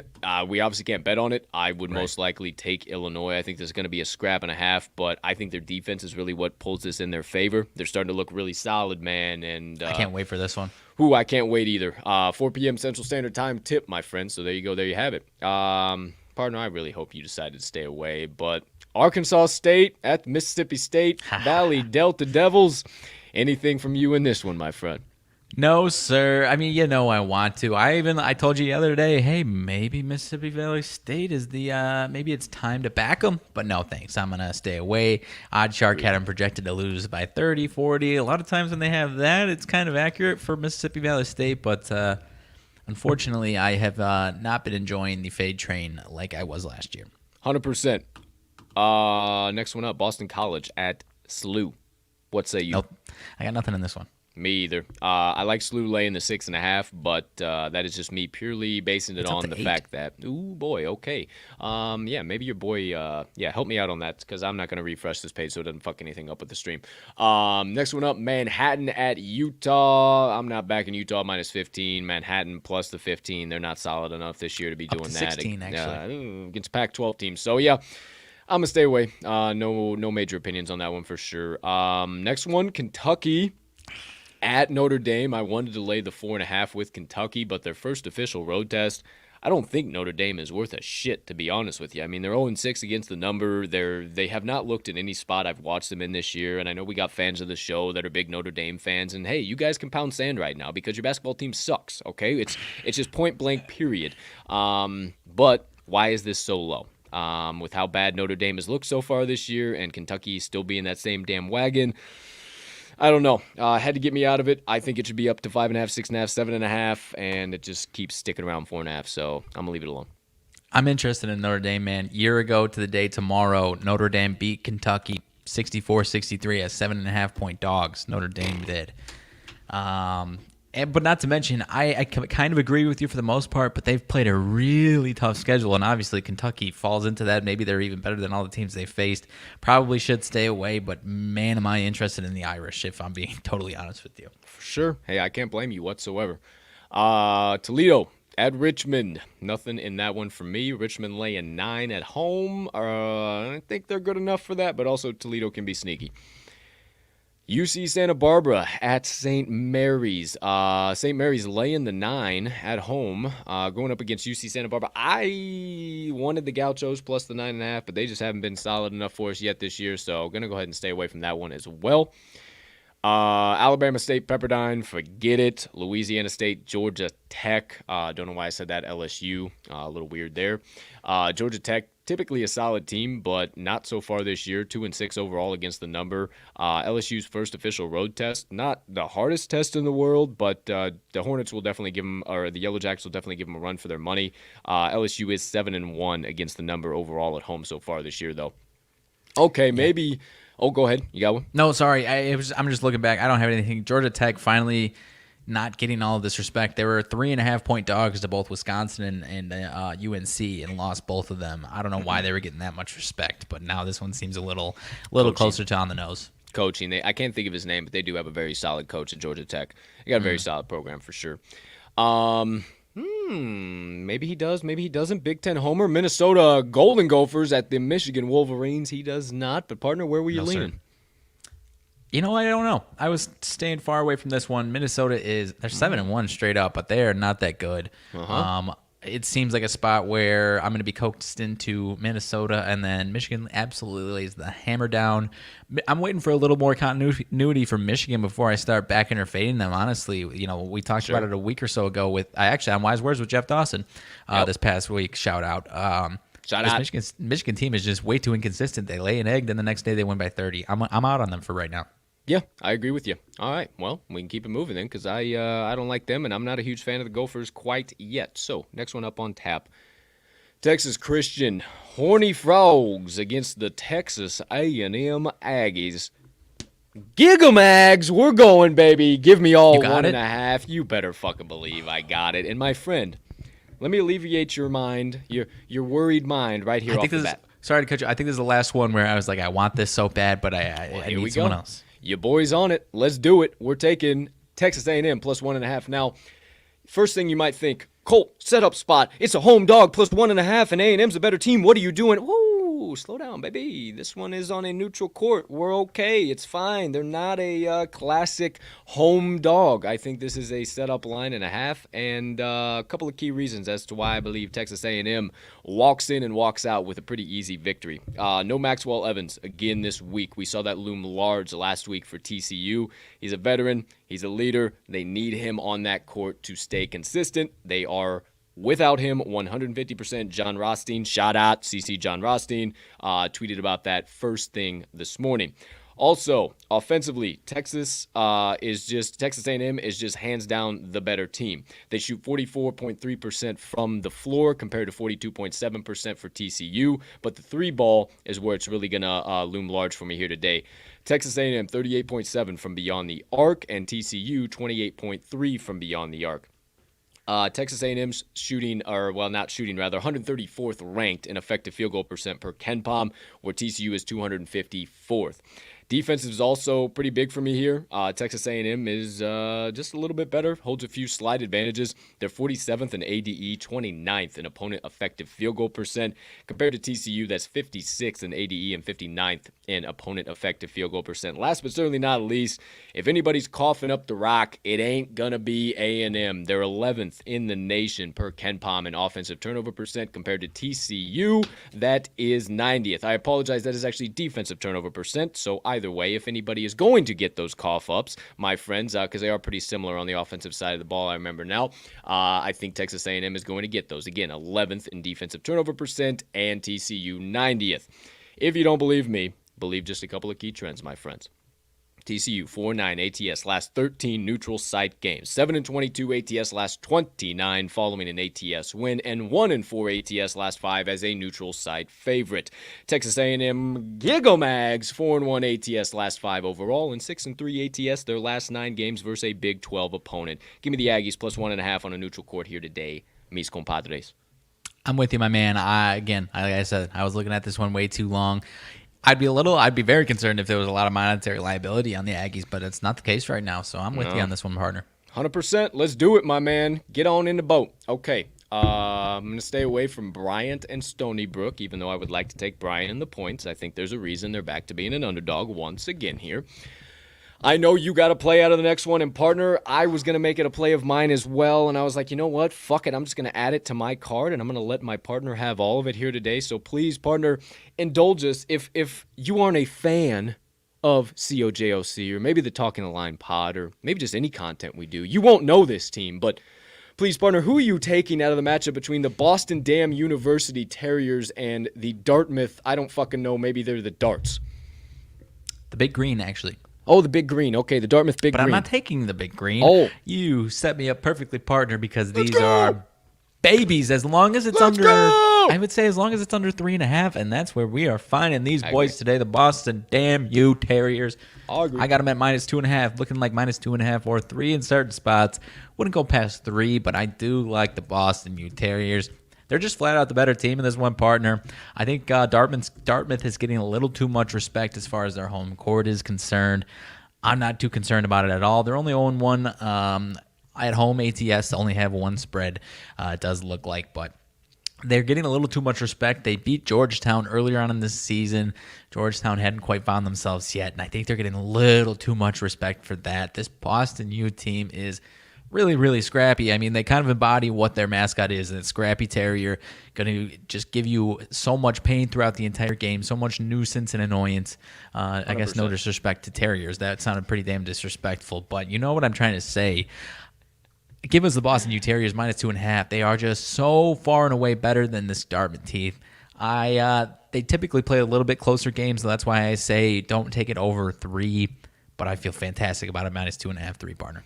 100%. I love it as well. It's on my card. Nothing else I got to add. We'll skip over that game. Nobody cares about Southeastern Louisiana and Southern. Probably not either Alabama A&M and Samford. Might be a few people care about Marshall and Eastern Kentucky. I actually did myself. This is probably going to be one hell of a matchup. Originally wanted to just go outright and hammer the Eastern Kentucky. They're not the Cowboys, are they? What the hell are they? Colonials. Colonels. They're the Colonels, right? They're the Colonels. Yeah. Sorry, not Colonials. Colonels. Yeah. There are a couple fucking Colonials too, so it gets a little it gets a little confusing from time to time. But number is way too fishy and way too short for me. Eastern Kentucky 2-1 ATS at home, 4-1 straight up, whereas Marshall is 0-2 straight up and against the number on the road. So this one seems way too short for me. I don't know why it is. I don't understand it. I think it's going to be nonsense, and I think potentially Eastern Kentucky gets dealt a rough loss at home. Kind of felt like I was betting with my heart, so decided in general just to stay away. Next one up on tap. UC Irvine at Fresno State. If I was going anywhere, I would take, drink your cranberry juice in case you get a UCI. Plus 2.5. I do like them in that spot, but also Fresno can be sneaky from time to time. They're solid on their home court, 5-0 straight up, 3-1 against the number. Only laying 2.5. It's not like they're asking you to do anything unreasonable and lay that 2.5. So maybe I would more lean towards Fresno State in that one, but nothing for me there. Radford at James Madison. The boys are fucking sick at home. You know me. I love my James Madison Dukes, but not laying 9.5. 5-0 straight up, 3-0 against the number. Radford has only covered one game on the road out of 4 so far this year, but I think it's just a little too many points for our Dukes. Norfolk State, Wichita State, way too big to find any value there.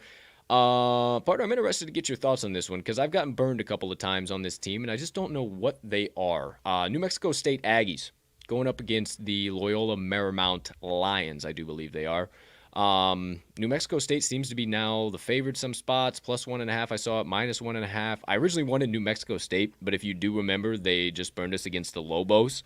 And New Mexico was the far and away worse team, and it was like kind of a setup line, and I don't know how much you remember that, but Mexico State, I was all over them in that spot, and they just did not look good. So I think it's kind of the same situation here.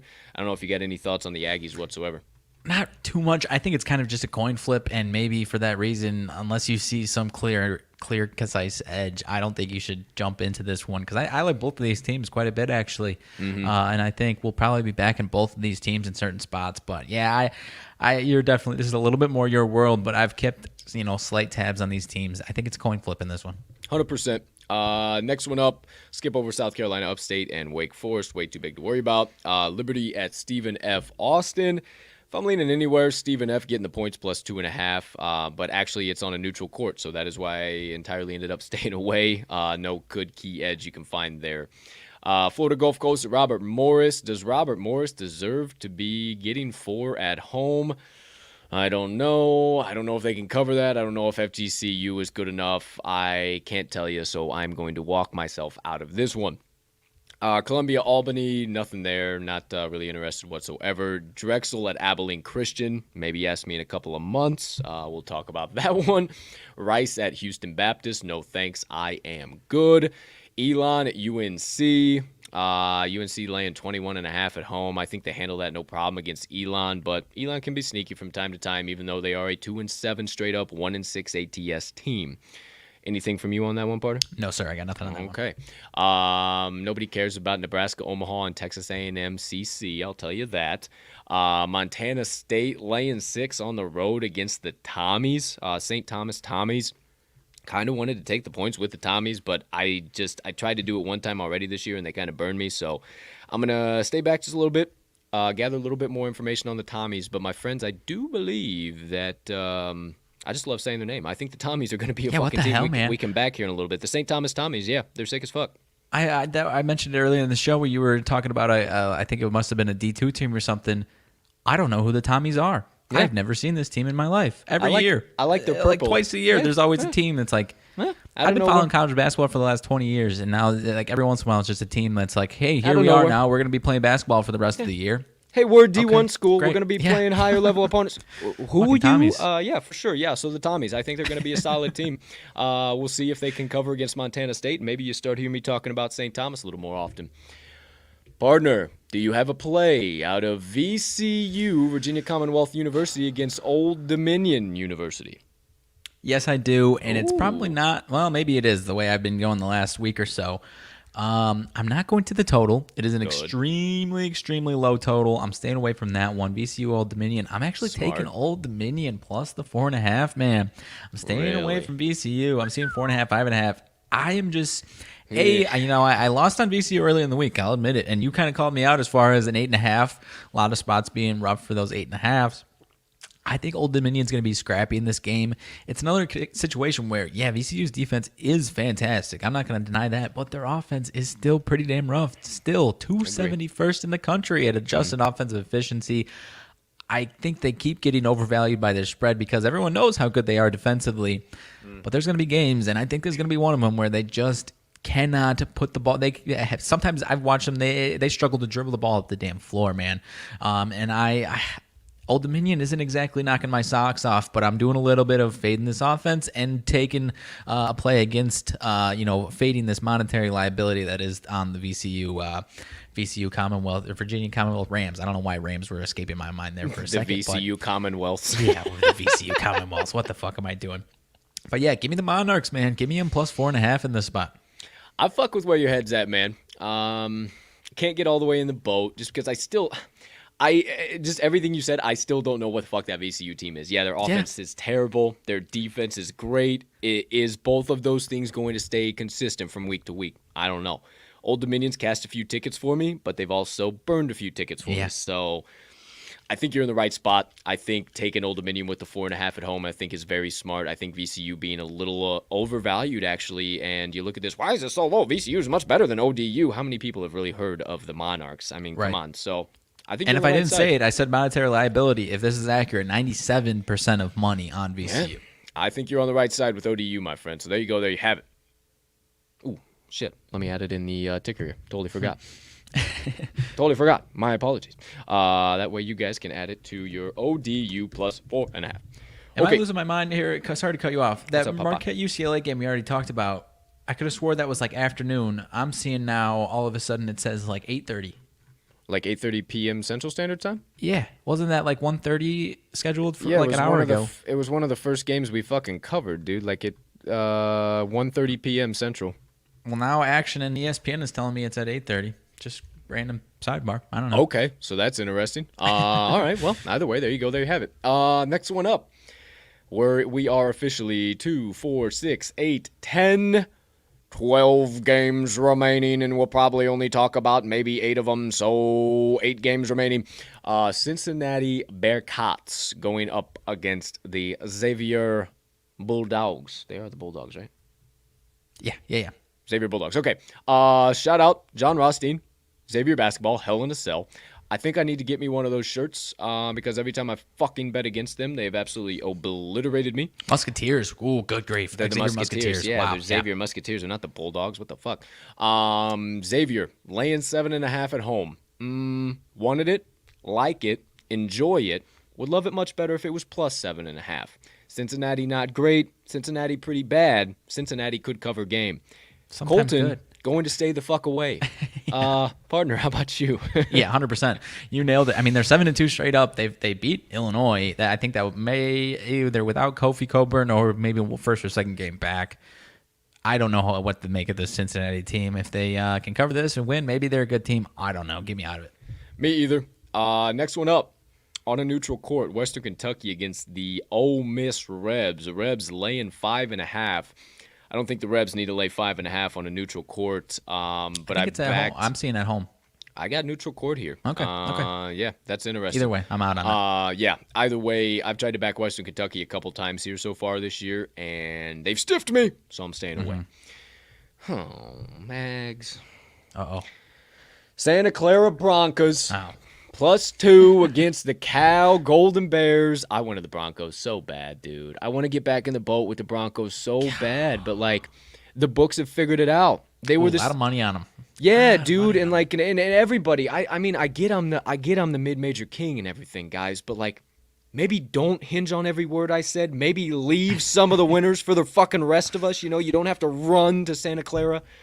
Yeah, I saw that this morning, and I was like, man, now they're going to start becoming public dogs. Like, just as soon as I started to get excited about the Broncos, now I think they're going to be a team we got to stay away from. So, also don't know enough about Cal. I mean, they just smoked Idaho State, man. I know I do know is they're good against the number at home. They're 5-1 against the number at home, 5-1 straight up. So they're a damn good home team, and if you're only being asked to lay 2, I think you do it, even though that pains me to say it with them playing my boys in Santa Clara. So there you go. There you have it. Usually I'd take the 19.5 with New Orleans against Utah State. Up to 21, I see. Good thing I didn't. 20.5. Good thing I didn't. Because UNO has been really interesting in these spots. Like, they should cover. They have the firepower to do it, and they just don't. So I'm good on that one. Middle 10. Only laying 7, actually, against the UT Martin team. UT Martin... Skyhawks. The Skyhawks. They actually got it in their name. I had to lean in there and see what it was. The UT Martin Skyhawks. Middle 10 starting to get that respect finally, I think. Yeah. They have been a big dog for a while and not really getting that value. -7, I think, is the right spot. I think they win this by 8, maybe 10. I think this is the perfect number for them. I look at it more and more. I want to hammer it in, but I think it's just a little bit too much. Any spot that you see middle 10 in as an underdog right now, take them. But you got your eyebrows touching. What's happening over there? No, these teams have already played like 10 days ago, actually. Oh, shit. No kidding. Middle Tennessee beat them by 12 on a 10.5 spread. Wow, and it's dropping down. So, maybe good thing I did stay away. Maybe good thing I did. Okay, so there you go. There you have it. Nothing there. Nothing out of Denver, Dixie State. Dixie State's been kind of sneaky here so far early in the season. Definitely a team to keep your ear to. Cal Poly, Portland State. We've been able to back Portland State from time to time. Not in this spot, though, my friends. Right. We'll leave it alone. Now I'm going to skip the next 2 games because I have a play out of the first. You have a play out of the second. So we got nothing for Cal Lutheran in San Diego. Not even a spread set for that bad boy. And nothing for Idaho and CSU Bakersfield. So, my friends. You had something on the other one, huh? Final 2 games of the day. We start with the Utah Valley University Wildcats, I do believe. Wolverines, I apologize. Wolverines going up against the Wyoming Cowboys. And we're keeping the 6 shooters in the pocket today, my friends. And we're getting on the wagon, and we are back in the Wolverines +7.5. They continue to roll, my friends. I've stayed away. I've sat on the sidelines. No more. I said, man, is this Utah Valley team really that legit? Are they really that good? And the answer is a resounding yes. They are 6-1 against the number. Their last 7 overall, they've been burning. You put them as a small favorite, a big favorite, a small dog, a big dog. They take care of business. Wyoming, on the other hand, they do not. They're far too inconsistent for me to trust at anything bigger than 2.5 or 3.5 against any opponent at this point in time. 4-2-1 against the number, last 7 overall. So again, you can see that inconsistency. There's one key area, because you can look high and low, left, right, and center, and you're going to find stats in favor of Wyoming. They're a bigger team. More people know about them. Wouldn't it surprise you that you could find more stats about them? But there's one key hustle area that I think people are overlooking, and I think the books are overlooking, giving them this number, and I think this is what allows it to swing in the favor of Utah Valley. The Wolverines, 84th in offensive rebounding percent per KenPom, 81st on the defensive glass. Well, Wyoming's got to be better, right? Hell no, they aren't. 232nd in offensive rebounding percent, 103rd in defensive rebounding percent. I think Utah Valley's ability to clean up both the offensive and defensive glass will get them some second chance opportunities, will allow them to get out and run the fast break a little bit, and will more than keep them in this game, if not get another outright win as a huge underdog. I think this might be the last time that the books undervalue them like this. I mean, this is another severe undervaluing, and it's just because they're playing Wyoming. I love it here, my friends, but if you don't believe me to close out my card, believe the trends. UVU, 4-0 ATS last 4 road games, 4-0 ATS last 4 as an underdog, and 6-2 ATS their last 8 as a road underdog. They're also 5-1 against the number their last 6 following a straight-up loss. Wyoming, 1-3-1 ATS last 5 Saturday games, and 3-7-1 ATS last 11 versus a team with a winning road record. Give me the Utah Valley Wolverines plus 7.5, closing out my card of the day. I like it, partner. I'll probably be staying away, but I do like it. Appreciate you. They are a sneaky team right now. They're a team you gotta get on while the getting's good, because they are not going to be valued like this for much longer, my friend. Now, if you could be so kind, sir, as I wrap up a few little production duties over here, I know who you're taking, so I'll just stick it in the ticker. But would you be so kind as to indulge me and all of our fans out there? Who are you wrapping your card up today in the college basketball card up today? Game 9 p.m. Central Standard Time. Houston Cougars against the Alabama Crimson Tide. Game is in Alabama. What say you? My friend, I am going to the road dog in this one. I'm going to the Cougars, man. I caught them at +2. It is up to 2.5, 3 in certain spots. Not a ton of monetary liability. 72% of bets, 73% of money on Alabama. 10% concerns me a little bit that a lot of people are on Bama. Not too many people, but I'm still standing firm with the Cougars in this one, man. I think they're number 2 adjusted defensive efficiency rating on KenPom, number 2 in the nation. And they're in this case, Houston's got that slow tempo. Bama's got a little bit faster paced tempo. I think that slow tempo with that defense is going to cause problems for Oklahoma, get them out of the style that they want to play, and get into a little grimy. Hold on. You just said cause problems for Oklahoma. What are you talking about right now? Okay, for Alabama. My apologies. Where are you going? My apologies. Going to cause problems for Alabama. I apologize. Wow, good catch on that one. I appreciate it. Did not realize I said that at all. What I missed? Keep it moving. Not in this game. So I think Houston's defense is going to wreak havoc on it, if I'm being totally honest, and just really throw Alabama's pace off their script. That last win, I mean, Alabama hasn't played for a week. Their last win is against Big Bad Gonzaga. I'm kind of selling high on Alabama in this spot, and selling or buying at Houston, not buying low on them, but buying them at a spot where they haven't really been on a big stage lately. People have kind of underlooked them a little bit. And I think they got some value in this one. I see it kind of close to a coin flip as far as straight up, partner. So I'm going to take those extra points here with the Cougars. Give me all of these 2 points. If you see it 2.5, 3, I'd endorse it there if I still like them, but a little concerning on that movement. But give me the Cougars to close out the day at +2, partner. I'm not the right guy to ask this. I'm not the right guy to have this conversation with you, because I am all about Nate Oates, my cousin Vinny. I'm a big fan of Alabama's 5 basketball times team, a week. 5 times on Saturday and 10 times on Sunday. I absolutely love Nate Oates. I love my Alabama Crimson Tide basketball almost more than I love Nick Saban and the boys. I am a huge just Alabama athletics fan in general. If you didn't know, it's not just I like fucking Alabama football because they win a lot. I love Alabama. I got a lot of tight people, a lot of good peeps that live in old Tuscaloosa, so I love to still show my pride for the area. So, fuck, I'm all over Alabama to win this motherfucking game. Hey, I really like Nate Oates too, man. But I think you're in the right spot. It's a little interesting with just how good that defense. I think that is you hit the nail on the head with the tempo and the defense. If that is what Houston can do, if Houston can limit Nate Oates' ability to say, boys, get out, run, push it. Okay, hold on, let's stop for a little bit, and then immediately pick it back up and lay the foot on the gas. If Houston can throw them off of that, it's their game. No problem whatsoever. Right. I agree with you 150%. But, again, not the right guy to ask because I want Nate Oates and my big old elephants to take care of business at 9 p.m. Central Standard Time this evening. Anything else from you?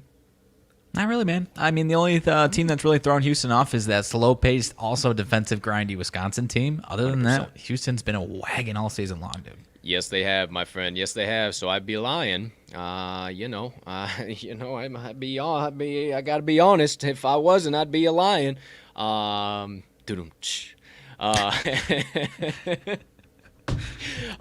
So there's a dad joke. Just I like him. I love it. I think I don't know. That's gonna be a damn good game. But we'll see what happens. I don't know.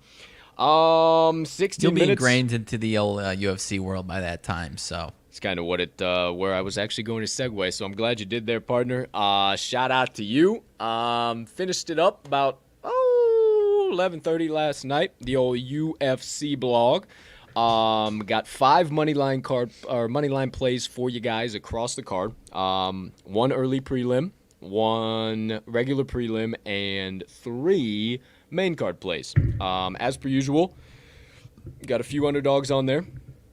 There's a lot of pick'ems on this card, I'm finding out. I mean, not only from like a statistical pick'em point of view, but also there's a lot of fucking Tai Tuivasa and Augusto Sakai was -108 last night. Yeah. So imagine trying to cap that shit, trying to figure out. Now, I will tell you I do have a play out of that one, and I absolutely love my play out of that one because of some early line movement I've seen this morning. Let me also tell you that every play I locked in outside of Bruno Silva, okay, there's a little teaser for you, but Bruno Silva is not a straight play because he's a -350 favorite, so maybe I'll let you deduct where a man named Bruno Silva might be from and why I might be having him as a -350 favorite somewhere. I don't know. Who am I to say? But outside of him, he moved from 350 to 330, which really isn't anything in the scope of world problems. Outside of him, everybody else moved in our favor. A couple of the underdogs moved to a lower dog spot. The couple of favorites I took moved to a higher dog, so I suggest you get in, read, get it hammered in ASAP. Yeah, Bruno Silva is a Brazilian. It's the return of the don't bet against Brazilian parlays, my friend. 3 legs on that bad boy. Paying out 3 legs. 3 legs this week. There's 6 fucking Brazilians on the card, and I only got 3 legs. It took a lot out of me. Wanted to put Amanda Leones on there. She is not. Found out Juliana Pena trains right up the street. No shit? She trains at VFS in fucking Bensonville. Damn, okay. 15 minutes, if that. Right up the fucking street at VFS. I had no idea. I was looking into it. I was like, she trains at I used to drive past VFS almost every fucking day when I worked at Aerotech when I first moved up here. Yeah. Crazy, insane. So, hey, bring one home for the Chicagoland girl. Let's go, Juliana. The Venezuelan vixen. How about them? Okay. Where's this one at tonight? This one is at the T-Mobile Arena, so it will be, full fans, everything rocking and rolling. I also, outside of the parlay and the straight plays, I went ahead and broke down the additional fights that I did not have any action on. So just like, hey, here's why I didn't have any. Here's the angles that I was seeing, but here's the also counter angle spot. Here's what I envision seeing. If you need to just, oh my gosh, have action on it, but I'm going to stay away. I'm going to enjoy it. But here, you will not see a play from me on Dustin Poirier versus Charles Oliveira. Going to enjoy that as a pure fight fan. Again, won't see one from Juliana Pena and Amanda Linus. And then, man, okay, so let's go back just for a second. When I saw the Diamond, and I wrote about this in there, you guys can read it, but when I saw the Diamond as a favorite, as the contender in this matchup as the challenger in this matchup against a Brazilian underdog, you don't bet against. You You don't bet against. You just simply do not do it. And I think why this line is what it is, and it's quickly dropping, my friends. It's quickly dropping. It was right around minus 168, down to minus 142. It's consensus this morning. I think it's being extremely overvalued because of back-to-back wins over against Mystic Mac. And just the size of those fights, the spectacle.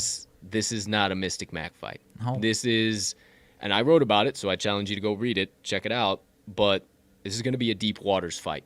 This is the only place that Charles Oliveira takes his fights. And I'm not saying that the Diamond isn't. Diamonds are formed under pressure. That's why he has his fucking nickname. He likes to go into the deep waters too. But if anybody is going into the deep waters and winning this game, or winning this fight, it is an underdog Brazilian in Charles Do Bronx Oliveira. You're out of your fucking mind if you don't back that. The value is there. You're going to give me a champion as a dog? No way. No way. No way. No way. No way. But I also wrote, if there wasn't a little part of me right back here somewhere that was secretly hoping that the Poirier train gets back on track and he finally summits the mountain after so many years and losing the interim belt and all the story behind him and beating Conor twice, and if there wasn't that little part of me, I would be taking Charles Oliveira. But there is that little part, so I have to watch it as a fight fan. I am so torn on this one. I think it's going to go all 5 rounds. But then again, the odds for it to go all 5 rounds, plus 320. So you strap in and figure out what the fuck's going to happen. I couldn't. Dude. I couldn't. I mean, you personally, I haven't talked about it on our shows too much, but I'm not a massive Dustin fan, but I'm a pretty big Dustin fan. I would love to see him win. But my gut's telling me it's going to be fucking Oliveira, man. He is a terrifying human being, and I want some type of action. But I don't want to back, like you said, the value in Oliveira is there, but I don't want to back him and then have to root against Dustin and have him knock the teeth out of Oliveira, man. I don't know. Yeah. And people forget, though, is like these guys have the same story. Like, sure. I've heard a couple people, because what I like to do as well, when I handicap, and I have my own opinions, but I like to go read what other people are saying. I like what other experts, it's good to see what other people are saying, because, like, if a million people are zigging in one direction, which you'll see, I actually have one of those partner play we were talking about yesterday that you said, motherfucker, if you don't have any action on it, I think I might have to. Oh, okay. I got action on it, yeah. Papa. I got action on it, and it's a definite zig when everybody's zagging, so it's not a bad thing to go and do that and look. So I do that, and, man, there is just a lot of value being left on the table here this weekend. And, man, I don't know. We'll see. It's going to be very interesting. If where I was going with that, if both guys are so similar, people forget that both guys are so similar, and all anybody wants to talk about is that Dustin has summited the mountain, and he took care of Conor twice, and this and that and the third, and he's career revitalization. What the fuck do you think Do Bronx is doing right now? Back-to-back title defenses after summiting the mountain himself on an even harder run. Hey, none of you motherfuckers knew about Charles Oliveira before he had the 155 strap wrapped around his waist. Don't fucking bullshit me. You didn't know who he was because he fucking dicked around in the 155 division for the last freaking decade, knocking guys out, getting knocked out, losing a decision, knocking guys out back-to-back, losing 2 decisions. He just couldn't do it. And then all of a sudden, something woke up inside of him. He dyed his hair fucking blonde, and he started absolutely destroying every lightweight on the map. I'm not interested in fading that whatsoever, but I'm also not interested in fading an exact man with the exact same fucking storyline. This fight's going to be bananas. This fight's going to be insane. It's going to be fucking crazy. And the plus 320 for it to make it all 5 fucking rounds, all 25 minutes, I don't think is that crazy. I wanted to. That would be my best bet of the night in this one, for it to go all 5 rounds, an absolute slugfest, disgusting, because everybody's either thinking Dustin wins by KO. That's way too easy. It's way too easy. It's the easiest odds on the fucking card. It's the method of victory for Dustin to win by KO, or the easiest odds on the entire card. So no way. It's too easy. Somebody's winning by points. This is going all 25 minutes, in my opinion. And I would be willing for a little sprinkle plus 320 for, yes, the fight to go the distance. Okay. I'm making these faces because I'm looking, because I want some type of action on this. There's a market that I maybe you can correct me if I'm wrong. I don't see this too often. Decision, no bet. So if the fight goes a little double to chance. A decision, goes to a decision, including technical decision, bets on this market are void. If a fighter wins by KO, TKO, or submission, they will be settled as the winner and the opponent the loser. Plus 130, minus 174. Plus 130 for Oliveira. Yeah. Damn, so it's basically a double chance, so you get void out if it goes to decision, and then if they win by any other method of victory, But you I win mean, if you're betting on Oliveira, why wouldn't you just take it Well, no, straight because up. if it goes to decision, then It voids out. So yeah, so you might as well have that extra chance to go to decision. So yeah, maybe that isn't the most valuable. But like, is there any world where Dustin wins by decision? Like, if it goes to decision, yeah, I don't know. I mean, I don't know. definitely. If he can figure out a way to, what I'm interested in seeing is what the fuck's he gonna do on the ground? What is he gonna do against that reach on the ground? Because I told you, and I know it sounds stupid to say this, but anytime that I have fought as Charles Oliveira in UFC 4 against Dustin Poirier, or vice versa. I know this sounds stupid, but it is such a mismatch. And I know they overpower champions and this and that, but Dustin is arguably probably like number 2, number 3 best fighter on that game. You ask anybody who religiously plays that game, he's a fucking dog. And it never feels like they're even in the same stratosphere. If I'm on the opposite side and I see fucking Dubronx pop up and I'm fucking Dustin, whoop, this one's over. Forget it. If I take Dubronx and I see Dustin pop up, I'm like, yeah, I'm gonna murk his ass. No problem. I don't know. That's what also, and putting video game stats into my analysis is pretty fucking dumb, if you ask me. I know, but hey, this one's bananas. This one's bananas. As a Poirier fan, I'm nervous that he gets submitted, man. Yeah, it could also happen there Plus too. Plus 310 Oliveira submission. The odds on that are dumb. Odds on that are dumb, and it's just like, dude, I don't know. So, I don't know. I think it's going to go into deep waters. If I'm putting my money anywhere, I think it goes all 25 minutes just because of, like, listen to us go back and forth here. We can't even put our thumb anywhere, so I think it goes all 25. I think it does. If I see 1,000,001 people on social media talking about Poirier, then maybe I might dive all the way deep into Oliveira. I don't know. Well, shout out Triple M's. Actually, not shout out Triple M's because she's been ghosting the fuck out of me here lately. So not shout out Triple M's. Actually, you're probably seeing this video because you still follow me and talk in the line, let you can't fucking answer a message. Come on, Trips. What the fuck we doing, dude? Like, I'm just trying to have some friendly conversation, but you already know her raging Cajun ass is about to be all over Dustin Poirier. So shout out Triple M's. That's at Megan making money for all you newbies here in the industry. Still love you, Megan, but what the fuck? What the fuck? You know, just trying to say, hey, no big deal. Is what it is. Outside of that, yeah, gonna be interesting. Stop by my UFC blog. I'll put it out on my Twitter. I didn't have time this morning. I tweeted about it last night, and I found out I can actually schedule the blog, so I don't have to get up even earlier to get everything. I can just fucking do it the night before. I'll send you mine today, so you don't have to worry about that in the morning. So it's already ready to rock and roll. So it's already good. Dropped at 8 o'clock. Again, if you subscribe to that, it'll go right to your email inbox. We'll never send you spam. Do all of that. Check it out, talkingtheline.com, and then I'll post it on my Twitter here in just a moment once we get done with the show. Outside of that, nothing major on this end of the world. Make sure you hit that subscribe button, notification bell, like, follow, all that good stuff. Leave us a comment, leave us a rating, yada, yada, yada. Obviously no show tomorrow, but I'll got balcony bets coming live to you in prime time. I'm coming back with a vengeance, boys.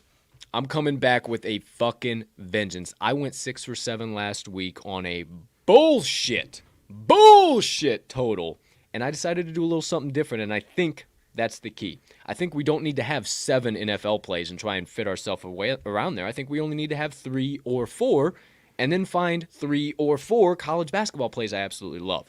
So that's how we're going to start doing it. We're going to do a little balcony bets NFL CBB combo parlay. Maybe it'll be the lucky number 7. Maybe it'll be just a 5-way.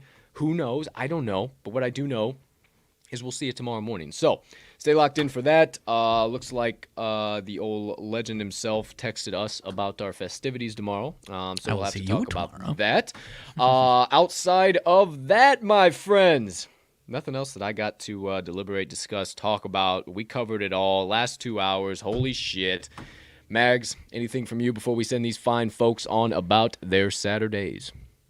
You got anything cooking up today for this fine Saturday? I know we're having a feast tomorrow. You got anything whipping up today that you're chefing up? I'm actually making a little more of my taco soup that I told you about, man, in the crock pot. Ooh, I can't wait. Well, did a big grocery haul yesterday. Same. Had some specials at Aldi. Scooped up some scallops, some bay scallops. Look pretty good. Hey. Little coconut shrimp, little breaded coconut shrimp. Look pretty good. No, you can't have shrimpies, but Can't have shrimp. Can't have shrimpies. No, but it is shellfish, so I get that. But Might do a little something on that end. Might do a little surf and turf. I got a New York strip fucking burning a hole in my freezer up there. So maybe I just and fuck your hate about doing, not you, but whoever the fuck's out there. New York strip, New York strip in the fucking air fryer. It's absolutely electric. Maybe or maybe not. I was fucking around with my cat and did it for a minute too long, and it fucking crisped the edges of the fat. Fuck off, dude. Fuck off. Seriously, fuck off. Because it was still fire as all shit and it melted in my damn mouth. So piss off. Know about a little steak in the air fryer. Yeah, what the fuck you know about it? You don't know shit, so you try it one time and then fucking talk to me, okay, pal? Quit talking your shit with your fucking 12 followers. Yeah, outside of that, I don't know. That was my burner, actually, secret. Cat's out of the bag. No, got it. Maybe a little tortellini. Who knows? Who knows what your boy gets into, but I will be chefing up here today. Yeah. I gotta get into cleaning an apartment. I gotta get into meal prepping, doing some shit. Little do you know, every single Saturday, your boy gets done with this and then goes cleans apartment for 2, 3, maybe 4 hours, meal preps, gets his shit together so he can keep doing this every day of the week for you. He doesn't have to worry about all his personal shit, okay? So, yeah, your boy doesn't just sit with his fucking thumb up his ass on Saturdays. We got shit to do, okay? You don't shit with your thumb on your ass? Yeah, I do. But I sit. I don't sit with my thumb up my ass. I like shit. But I shit with my thumb up my ass. Yeah, 100%. All right, that's all we got. The show's off the fucking rails. It's 31 minutes after the top of the 10 o'clock hour. Partner, one final time. Anything from you, my friend? No, sir. I don't think we can end it any better than that. All right, ladies and gentlemen, degenerates and gamblers, far and wide. For myself and Mags, we hope you have a spectacular rest of your Saturday. Unless you have any other plans, we can't thank you enough for stopping by COJOC on this gorgeous Saturday, December the 11th of bets. We hope you have a terrific rest of your weekend filled with nothing but trips to the pay window, good vibes, good energy, love, and prosperity. Last but certainly not least, we'll see you shortly for a couple of bankroll builders. But for now, let's cash some tickets.